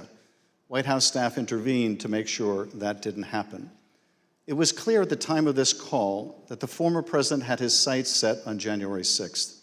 Listen to this portion when he told Francis Watson about a very important date. Do you think they'll be working after Christmas and keep it going fast? Because, we have that date of the 6th, which is a very important date. That important date, of course, was the joint session of Congress, where Georgia's electoral votes would be counted for Joe Biden. A little over a week after this call to Francis Watson, the President was finally able to speak with you, Secretary Raffensperger. Bear in mind, as we discuss this call today, that by this point in time, early January, the election in Georgia had already been certified. But perhaps more important, the President of the United States had already been told repeatedly by his own top Justice Department officials that the claims he was about to make to you about massive fraud in Georgia were completely false. Mr. Secretary, the call between you and the President lasted 67 minutes, over an hour. We obviously can't listen to the entire recording here today, although it is available on the Select Committee's website. But we'll listen to selected excerpts of it now so that we can get your insights. Let's begin with the President raising the thoroughly debunked allegations of suitcases of ballots. in an official voter box. They were in what looked to be suitcases or trunks, suitcases, but they weren't in voter boxes. The minimum number it could be, because we watched it and they watched it certified in slow motion, instant replay, if you can believe it, but had slow motion and it was magnified many times over. And the minimum it was 18,000 ballots, all for Biden. These are the allegations that the Department of Justice, the Attorney General, the Georgia Bureau of Investigation, and your office had all said were false. Is that right? Correct. And even more importantly, when B.J. Pack resigned as U.S. Attorney of the Northern District, President Trump appointed as acting U.S. Attorney of the Northern District Bobby Christine. And Bobby Christine looked at that, and he was quoted in the AJC that he found nothing. And he dismissed that case early also. Thank you, Mr. Secretary. The President references suitcases or trunks. Mr. Sterling, were the objects seen in these videos suitcases or trunks, or were they just the ordinary containers that are used by election workers? They're standard ballot carriers that allow for seals to be put on them so they're tamper-proof. And finally, the President claims that there was a minimum of 18,000 ballots somehow smuggled in, all for Biden. I take it, gentlemen, that was also categorically false? There's no physical way he can know who those ballots were for, but secondarily, Fulton County for years has been an issue in our state when it comes to elections. So they had a very difficult time during the primary, in large part because of COVID. So we had put them under a consent decree the Secretary got negotiated, where we had a monitor on site. And his name is Carter Jones, and he took a notation. He had gone from State Farm to the English Street warehouse to look at election day activities, but before he left the State Farm Arena, he noted how many ballots had been counted on each one of the machines. And when he came back after we found out they were working again, he took note again when they closed. And I believe the final number was something around 8,900 total ballots were scanned from the time he left to the time about 12:30 or 1 o'clock in the morning. So way below 18,000. Let's play the next clip. I heard it was close. I said, there's no way. But they dropped a lot of votes in there late at night. You know that, Brad. Mr. Secretary, did somebody drop a lot of votes there late at night? No. I believe that the President was referring to some of the counties when they would upload, but the ballots had all been accepted and had to be accepted by state law by 7 p.m. So there were no additional ballots accepted after 7 p.m. Let's play the next clip in which the President makes claims about so-called dead voters. The other thing, dead people. So dead people voted, and I think the number is in the close to 5,000 people. And they went to obituaries, they went to all sorts of methods to come up with an accurate number, and a minimum is close to about 5,000 voters. Mr. Secretary, did your office investigate whether those allegations were accurate? Did 5,000 dead people in Georgia vote? No, it's not accurate. And actually, in their lawsuits, they alleged 10,315 dead people. We found 2 dead people when I wrote my letter to Congress that stated January 6th. And subsequent to that, we found 2 more. That's 1, 2, 3, 4 people, not 4,000, but just a total of 4, not 10,000, not 5,000. Let's play the next clip. And there's nothing wrong with saying that, that you've recalculated, because the 2,236 and absentee ballots, I mean, they're all exact numbers that were done by accounting firms, law firms, etc. And even if you cut them in half, and cut them in half again, it's more votes than we need. Mr. Secretary, is there any way that you could have lawfully changed the result in the state of Georgia and somehow explained it away as a recalculation? No, the numbers are the numbers. The numbers don't lie. We had many allegations, and we investigated every single one of them. In fact, I challenged my team, did we miss anything? They said that there was over 66,000 underage voters. We found that there's actually 0. You can register to vote in Georgia. When you're 17 and a half, you have to be 18 by Election Day. We checked that out, every single voter. They said that there was 2,423 non-registered voters. There were 0. They said that there was 2,056 felons. We identified less than 74 or less that were actually still on felony sentence. Every single allegation we checked, we ran down the rabbit trail to make sure that our numbers were accurate. So there's no way you could have recalculated it except by fudging the numbers? The numbers were the numbers, and we could not recalculate because we had made sure that we had checked every single allegation. And we had many investigations. We had nearly 300 from the 2020 election. Mr. Secretary, you tried to push back when the president made these unsupported claims, whether they were about suitcases of ballots or that Biden votes were counted 3 times. Let's play the next clip. President, they did not put that. We did an audit of that, and we proved conclusively that they were not scanned 3 times. Yeah, Mr. President, we'll send you the link from WSB that doesn't. I don't care about a link. I don't need it. I have a much better link. You told the president you would send him a link from WSB, which I understand is a local television station that had a unedited video from the State Farm Arena. But the president wasn't interested in that. He said he had a much better link. Mr. Secretary, at the time that you were on the call with the president, as we have shown, both the FBI and the Georgia Bureau of Investigation had proven these claims to be nonsense. And you told him about these investigations on the phone. Let's listen to what President Trump had to say about the state and federal law enforcement officers who investigated these false claims. There's no way they could find. Then they're incompetent. They're either dishonest or incompetent. Okay, there's only 2 answers: dishonesty or incompetence. There's just no way. Look, there's no way. But the president didn't stop at insinuating that law enforcement officers were either dishonest or incompetent.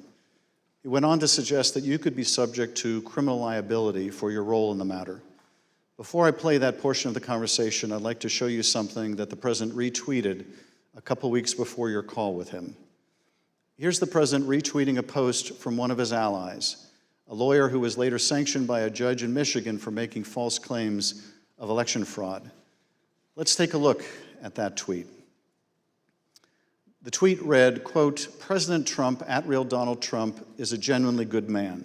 He does not really like to fire people. I bet he dislikes putting people in jail, especially, quote unquote, Republicans. He gave @Brian Kemp, Georgia, and @Georgia Secretary of State every chance to get it right. They refused. They will soon be going to jail." So on your call, this was not the first time the president was suggesting you might be criminally liable. With that, let's listen to this portion of the call. I think you're going to find that they are shredding ballots because they have to get rid of the ballots because the ballots are unsigned. The ballots are corrupt. And they're brand new and they don't have seals. And there's a whole thing with the ballots, but the ballots are corrupt. And you're going to find that they are, which is totally illegal. It's more illegal for you than it is for them because you know what they did and you're not reporting it. That's a criminal offense. And you can't let that happen. That's a big risk to you and to Ryan, your lawyer. That's a big risk. Secretary Raffensperger, after making a false claim about shredding of ballots, the president suggested that you may be committing a crime by not going along with his claims of election fraud. And after suggesting that you might have criminal exposure, President Trump makes his most explicit ask of the call. Let's play a part of that conversation.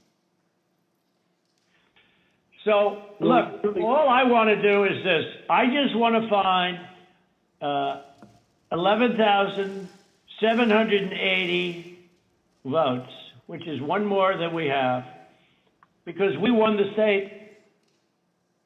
Mr. Secretary, was the president here asking you for exactly what he wanted? One more vote than his opponent. What I knew is that we didn't have any votes to find. We had continued to look. We investigated, like I just shared the numbers with you. There were no votes to find. That was an accurate count that had been certified. And as our general counsel said, there was no shredding of ballots.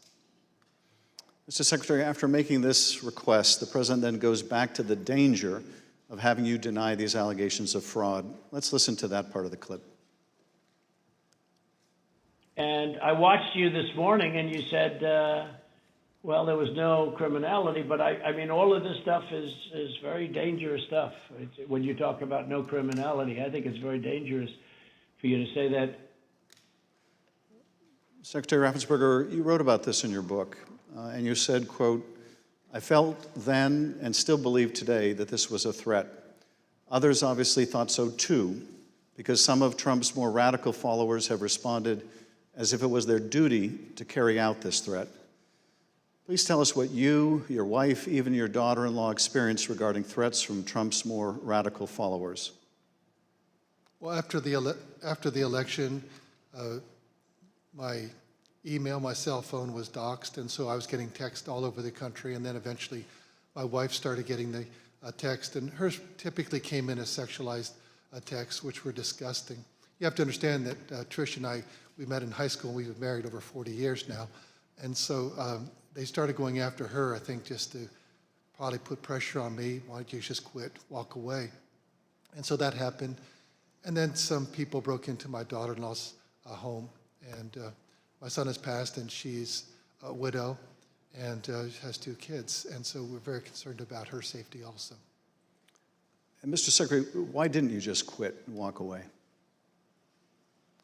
Because I knew that we had followed the law and we had followed the Constitution, and I think sometimes moments require you to stand up and just take the shots when you're doing your job, and that's all we did.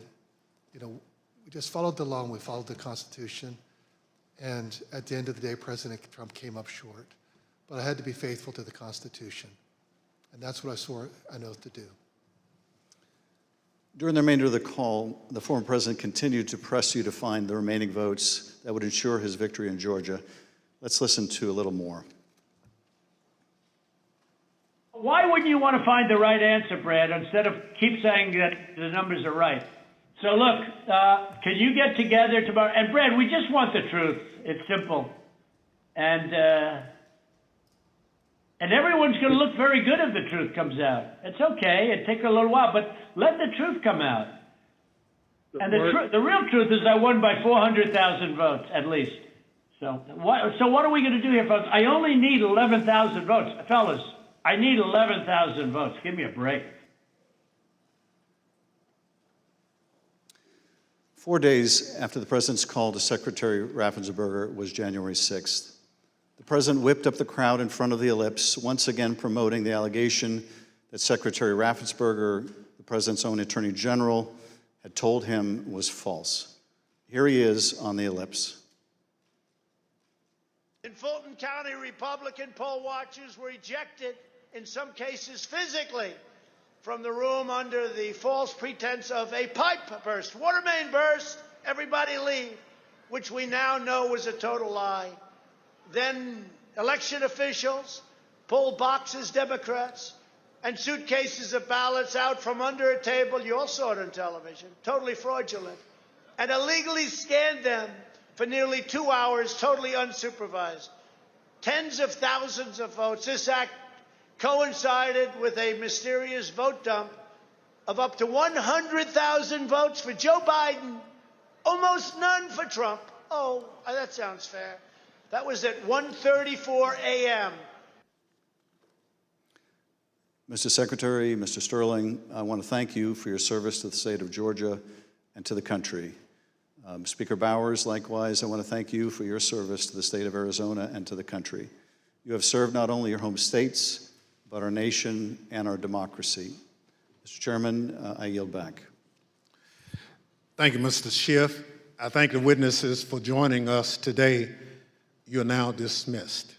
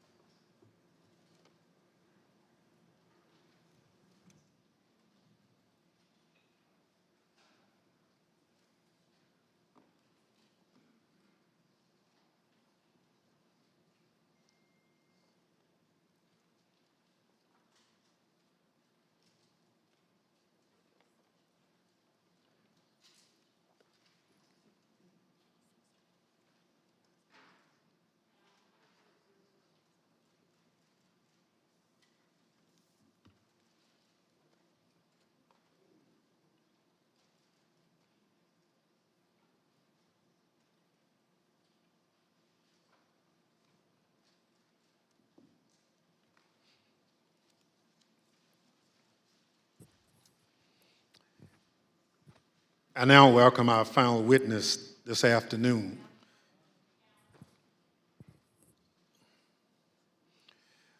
Andrea Shea Moss. Ms. Moss worked in the Department of Registration and Elections in Fulton County, Georgia, from 2017 until 2022. In that job, Ms. Moss handled voter applications and absentee ballot requests and also helped to process the vote count for several elections. In December 2020, Ms. Moss and her mother, Ms. Ruby Freeman, became the target of nasty lies spread by President Trump and his allies as they sought to overturn the election results in Georgia. Ms. Moss and her mother, Ms. Freeman, are two of the unsung heroes in this country, doing the hard work of keeping our democracy functioning for every American. Ms. Moss, welcome.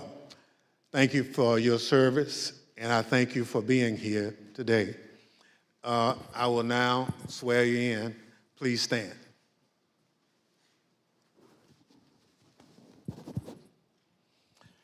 Do you swear or affirm on the penalty of perjury that the testimony you're about to give is the truth, the whole truth, and nothing but the truth, so help you God? Thank you. Please be seated.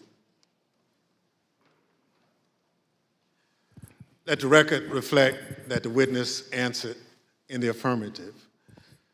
Ms. Moss, thank you very much for being here today. I understand that you are here along with your mother today. Would you like to introduce your mama?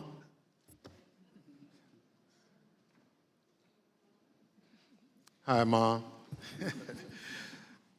Ms. Moss, today we'll be asking you about some of the threats that you received following the 2020 election.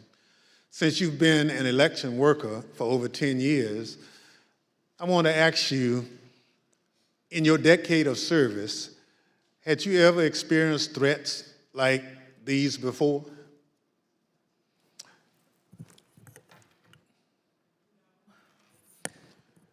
Don't be nervous. I understand. So, and I want to make sure that the record reflects that you've done it for quite a while and you never received a threat, and your answer was no. Thank you.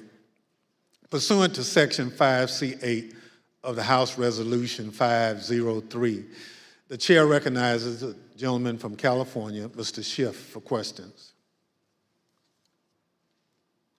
Good afternoon, Ms. Moss. Thank you for being here. I understand that you were employed by the Fulton County Registration and Elections Department for more than 10 years, and I understand that you love that job. Please tell us what made you so fond of the work that you did.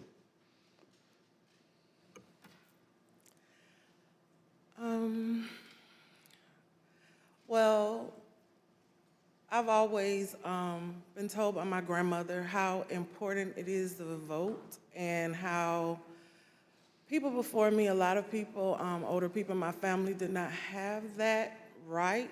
So what I loved most about my job were the older voters. Younger people could usually do everything from their phone or go online, but the older voters like to call, they like to talk to you, they like to get my card, they like to know that every election I'm here. And like even college students, a lot of parents trust in me to make sure their child does not have to drive home. They'll get an absentee ballot, they can vote, and I really found pleasure in that. I liked being the one that, you know, if someone can't navigate my voter page, or, you know, they want a new precinct card and they don't have a copy machine or a computer or all of that, I could put it in the mail for them. I was excited always about sending out all the absentee ballots for the elderly and disabled people. I even remember driving to an hospital to give someone her absentee application. That's what I love the most. So you really enjoyed helping people vote and participate, and that was something, the right to vote, that your grandmother taught you was precious. Yes.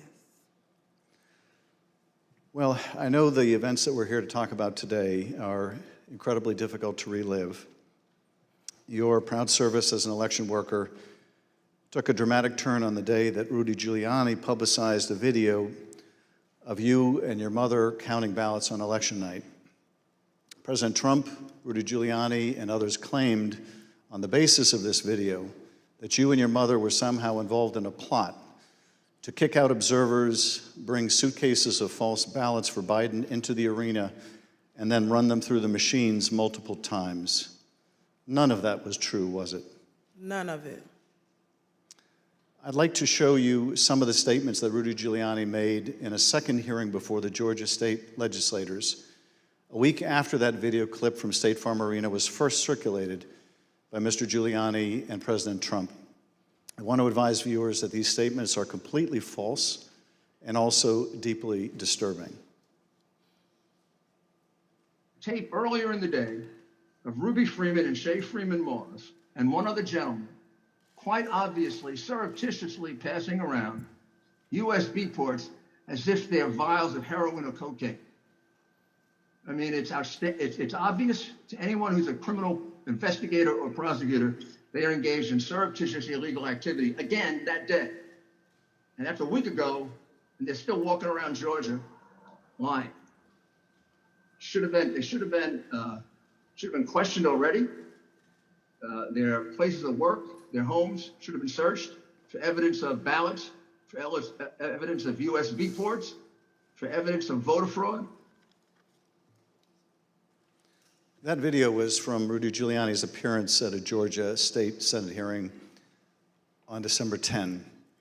How did you first become aware that Rudy Giuliani, the president's lawyer, was accusing you and your mother of a crime?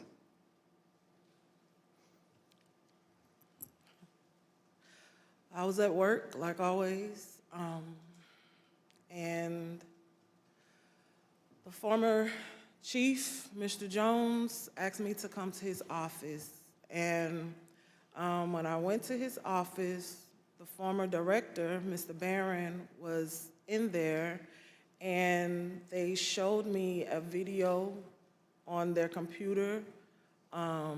It was just like a very short clip of us working at State Farm, and it had someone on the video like talking over the video, just saying that we were doing things that we weren't supposed to do, just lying throughout the video.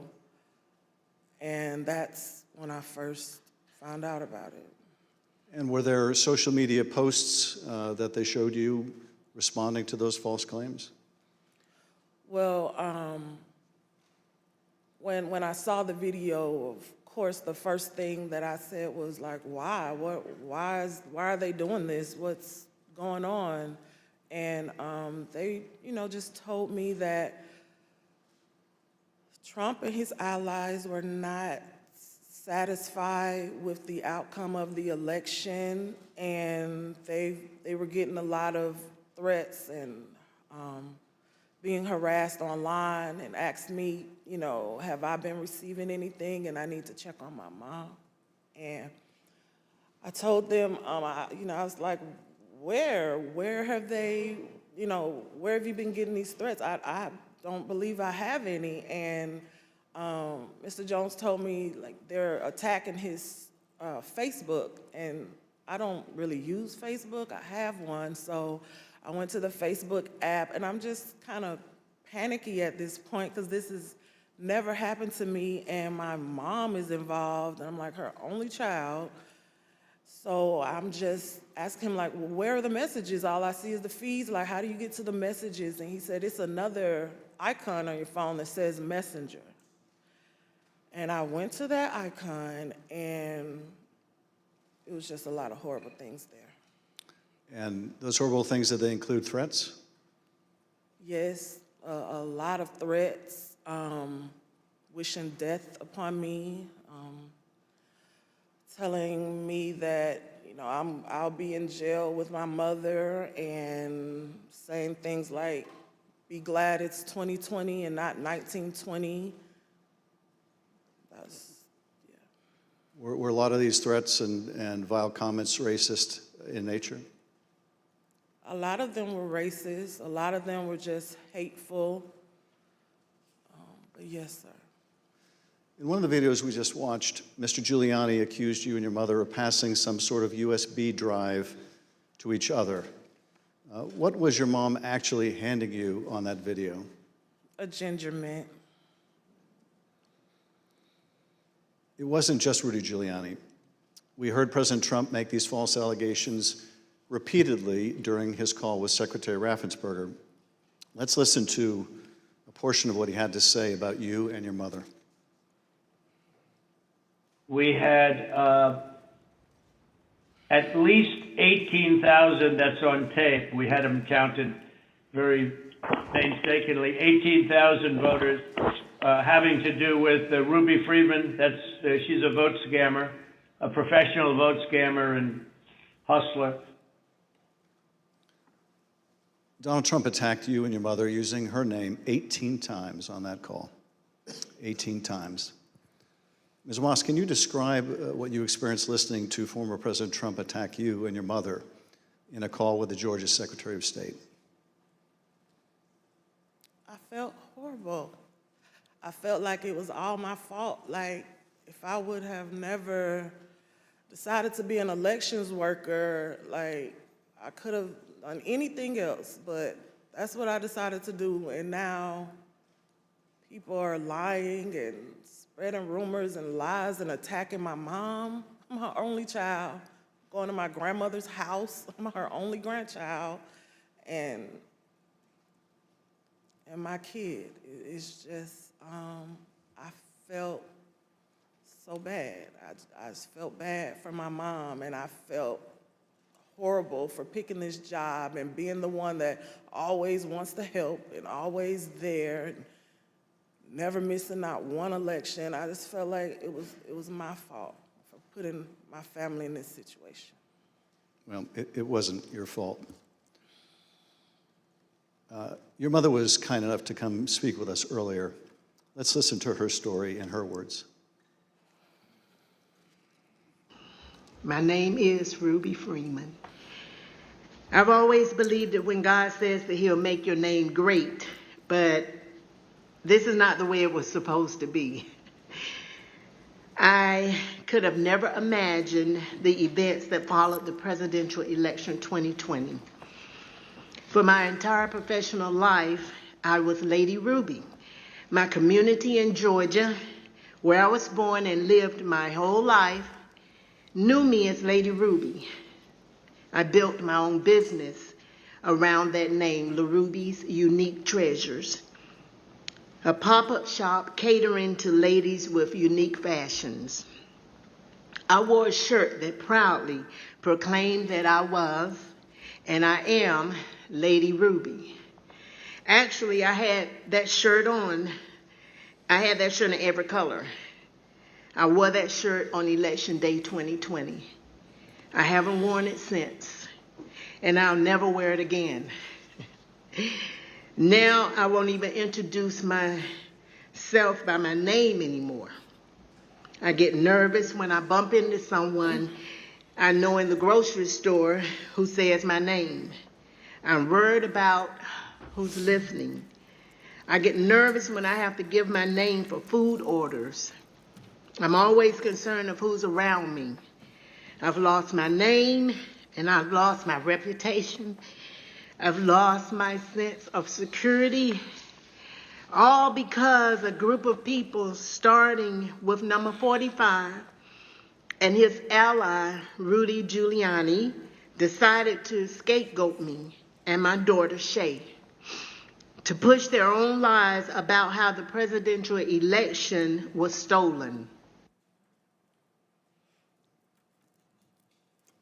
Ms. Moss, how has this experience of being targeted by the former president and his allies affected your life? It's turned my life upside down.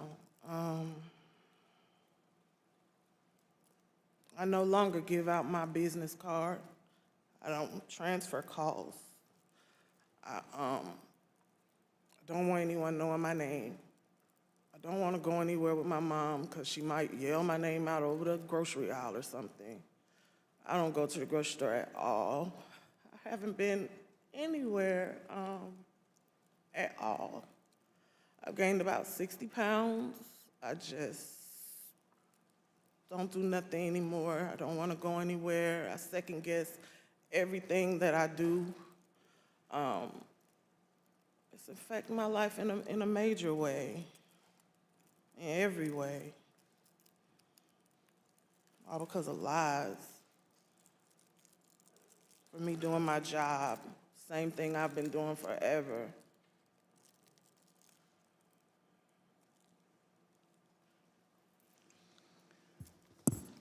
Your mother also told the select committee about how she had to leave her own home for her safety and go into hiding after the FBI told her that it would not be safe for her there before January 6th and until the inauguration. Let's listen to a clip of her story in her own words. Around the week of January 6th, the FBI informed me that I needed to leave my home for safety. And I left my home for safety around that time. Understood. How long did you stay out? Did you, remain outside of your home for your own safety? I stayed away from my home for approximately 2 months. It was horrible. I felt homeless. I felt, I can't believe this person has caused this much damage to me and my family. To have to leave my home, that I've lived there for 21 years. And, I'm having to have my neighbors watch out for me, and I have to go and stay with somebody. It was hard. It was horrible. And that your conversation with the FBI about needing to leave your home for your own safety or perhaps recommending it, do you remember, was there a specific threat that prompted that, or was it the accumulation of threats that you had received? What prompted it was getting ready to, January 6th was about to come. And they did not want me to be at home because of all the threats and everything that I had gotten. They didn't want me to be there in fear of, the people were coming to my home, and I had a lot of that. So they didn't want me to be there just in case something happened. I asked, how long am I going to have to be at home? And they said, at least until the inauguration. Ms. Moss, I understand that people once showed up at your grandmother's house. Tell us about that experience. I received a call from my grandmother. This woman is my everything. I've never even heard her or seen her cry ever in my life. And she called me screaming at the top of her lungs, like, Shay, oh my God, Shay, just freaking me out, saying that there were people at her home, and they, they knocked on the door, and of course she opened it and seeing who was there, who it was, and they just started pushing their way through, claiming that they were coming in to make a citizen's arrest. They needed to find me and my mom. They knew we were there. And she was just screaming and didn't know what to do. And I wasn't there, so, I just felt so helpless and so horrible for her. And she was just screaming. I told her to close the door. Don't open the door for anyone. And, she's a 70-something, I won't say, year-old woman, and she doesn't like having restrictions. She wants to answer the door. She likes to get her steps in, walking around the neighborhood, and I had to tell her, like, you can't do that. You have to be safe. You know, she would tell me that at night, people would just continuously send pizzas over and over to her home, you know, and they was expecting her to pay for these large amounts of pizzas, and she went through a lot that she didn't have to. And once again, it made me just feel so horrible. In addition to the personal impact this experience has had on you and your family, one of the things that I find most disturbing is how these lies discourage longtime election workers from continuing to do this important work. Tell us, if you would, of the other election workers shown in that State Farm Arena video and their supervisors. How many are still election workers in Fulton County? There is no permanent election worker or supervisor in that video that's still there. And did you end up leaving your position as well? Yes, I left. Ms. Moss, I want to thank you for coming in to speak with us and to thank you for your service to our democracy. What we have just played is a truly horrible and appalling sample, but just a sample of the things that were said about you and your mother following the election. I want to say how very sorry I think we all are for what you've gone through, and tragically, you're not alone. Other election workers around the country have also been the subject of lies and threats. No election worker should be subject to such heinous treatment just for doing their job. With your permission, I would like to give your mother the last word. Yes. We're just going to play the tape. There is nowhere I feel safe. Nowhere. Do you know how it feels to have the President of the United States to target you? The President of the United States is supposed to represent every American, not to target one. But he targeted me, Lady Ruby, a small business owner, a mother, a proud American citizen who stand up to help Fulton County run an election in the middle of the pandemic. Thank you, Ms. Moss. Thank you, Ms. Freeman, or as America now knows her, Lady Ruby, for your service to Fulton County, Georgia, our country, and our democracy. Mr. Chairman, I yield back. Thank you, Mr. Schiff. Ms. Moss, Yes, sir. I want to thank you for sharing with us the very troubling story of what you and your mother experienced. The harassment of election workers like you simply for doing your duty as public servants poses a threat to our democratic process. Your testimony is an important contribution to the work of our committee and serves as a reminder to all of us that the safety of local election officials is vital to ensuring that our elections are always free and fair. I want to thank our witness for joining us today. The members of the Select Committee may have additional questions for today's witness, and we ask that you respond expeditiously in writing to those questions. Without objection, members will be permitted 10 business days to submit statements for the record, including opening remarks and additional questions for the witness. Without objection, the chair recognizes the gentleman from California, Mr. Schiff, for a closing statement. For more than 200 years, our democracy has been distinguished by the peaceful transfer of power.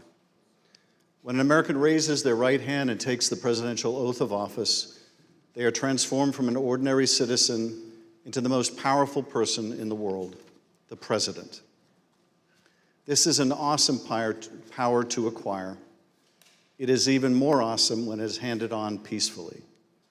When George Washington relinquished the office of the presidency, it set a precedent that served as a beacon for other nations struggling against tyranny. When Ronald Reagan described it as a kind of miracle in the eyes of the world, he was exactly right. Other countries use violence to seize and hold power, but not in the United States. not in America.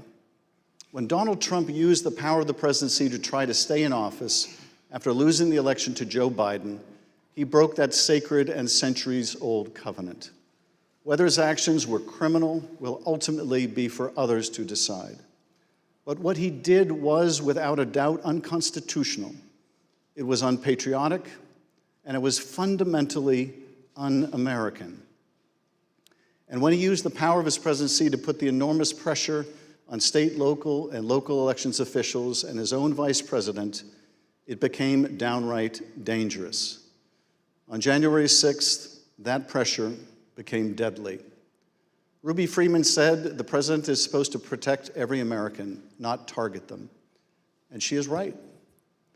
If the most powerful person in the world can bring the full weight of the presidency down on an ordinary citizen who is merely doing her job with a lie as big and heavy as a mountain, who among us is safe? None of us is. None of us. In city councils and town councils, on school boards and election boards, from the Congress to the courts, dedicated public servants are leaving their posts because of death threats to them and to their families. This is not who we are. It must not become who we are. Our democracy held because courageous people like those you heard from today put their oath to the Constitution above their loyalty to one man or to one party. The system held, but barely, and the question remains, will it hold again? If we are able to communicate anything during these hearings, I hope it is this. We have been blessed beyond measure to live in the world's greatest democracy. That is a legacy to be proud of and to cherish, but it is not one to be taken for granted. That we have lived in a democracy for more than 200 years does not mean we shall do so tomorrow. We must reject violence. We must embrace our Constitution with the reverence it deserves, take our oath of office and duties as citizens seriously, informed by the knowledge of right and wrong, and armed with no more than the power of our ideas and the truth, carry on this venerable experiment in self-governance. Thank you, Mr. Chairman, and I yield back. Without objection, the chair recognizes the gentlewoman from Wyoming, Ms. Cheney, for a closing statement. Thank you very much, Mr. Chairman. Lady Ruby and Shay, thank you for your courage. Thank you for your strength. Thank you for being here today. It means so much for everyone to hear your story, so thank you for that. We have had tremendous testimony today. We've been reminded that we're a nation of laws, and we've been reminded by you and by Speaker Bowers and Secretary of State Raffensperger and Mr. Sterling that our institutions don't defend themselves. Individuals do that. And we've reminded that it takes public servants. It takes people who've made a commitment to our system to defend our system.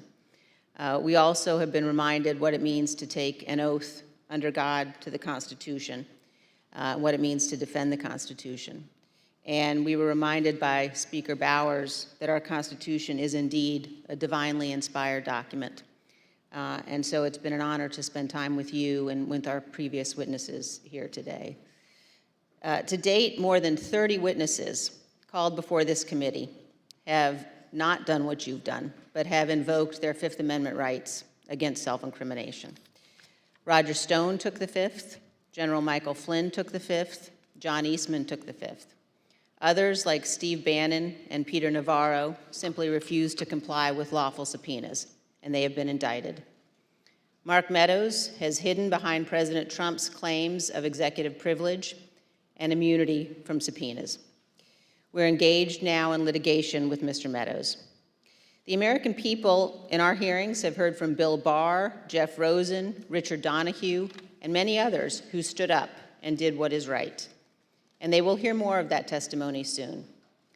But the American people have not yet heard from Mr. Trump's former White House counsel, Pat Cipollone.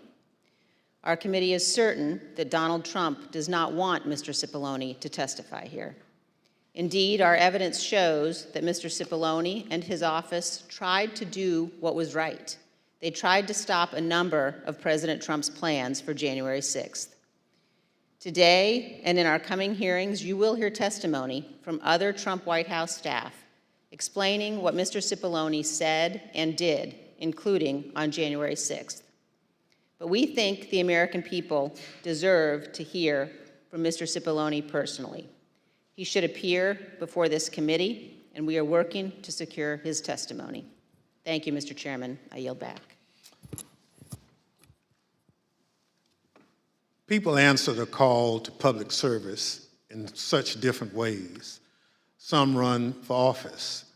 Some volunteer to make sure their neighbors can get to their voting locations.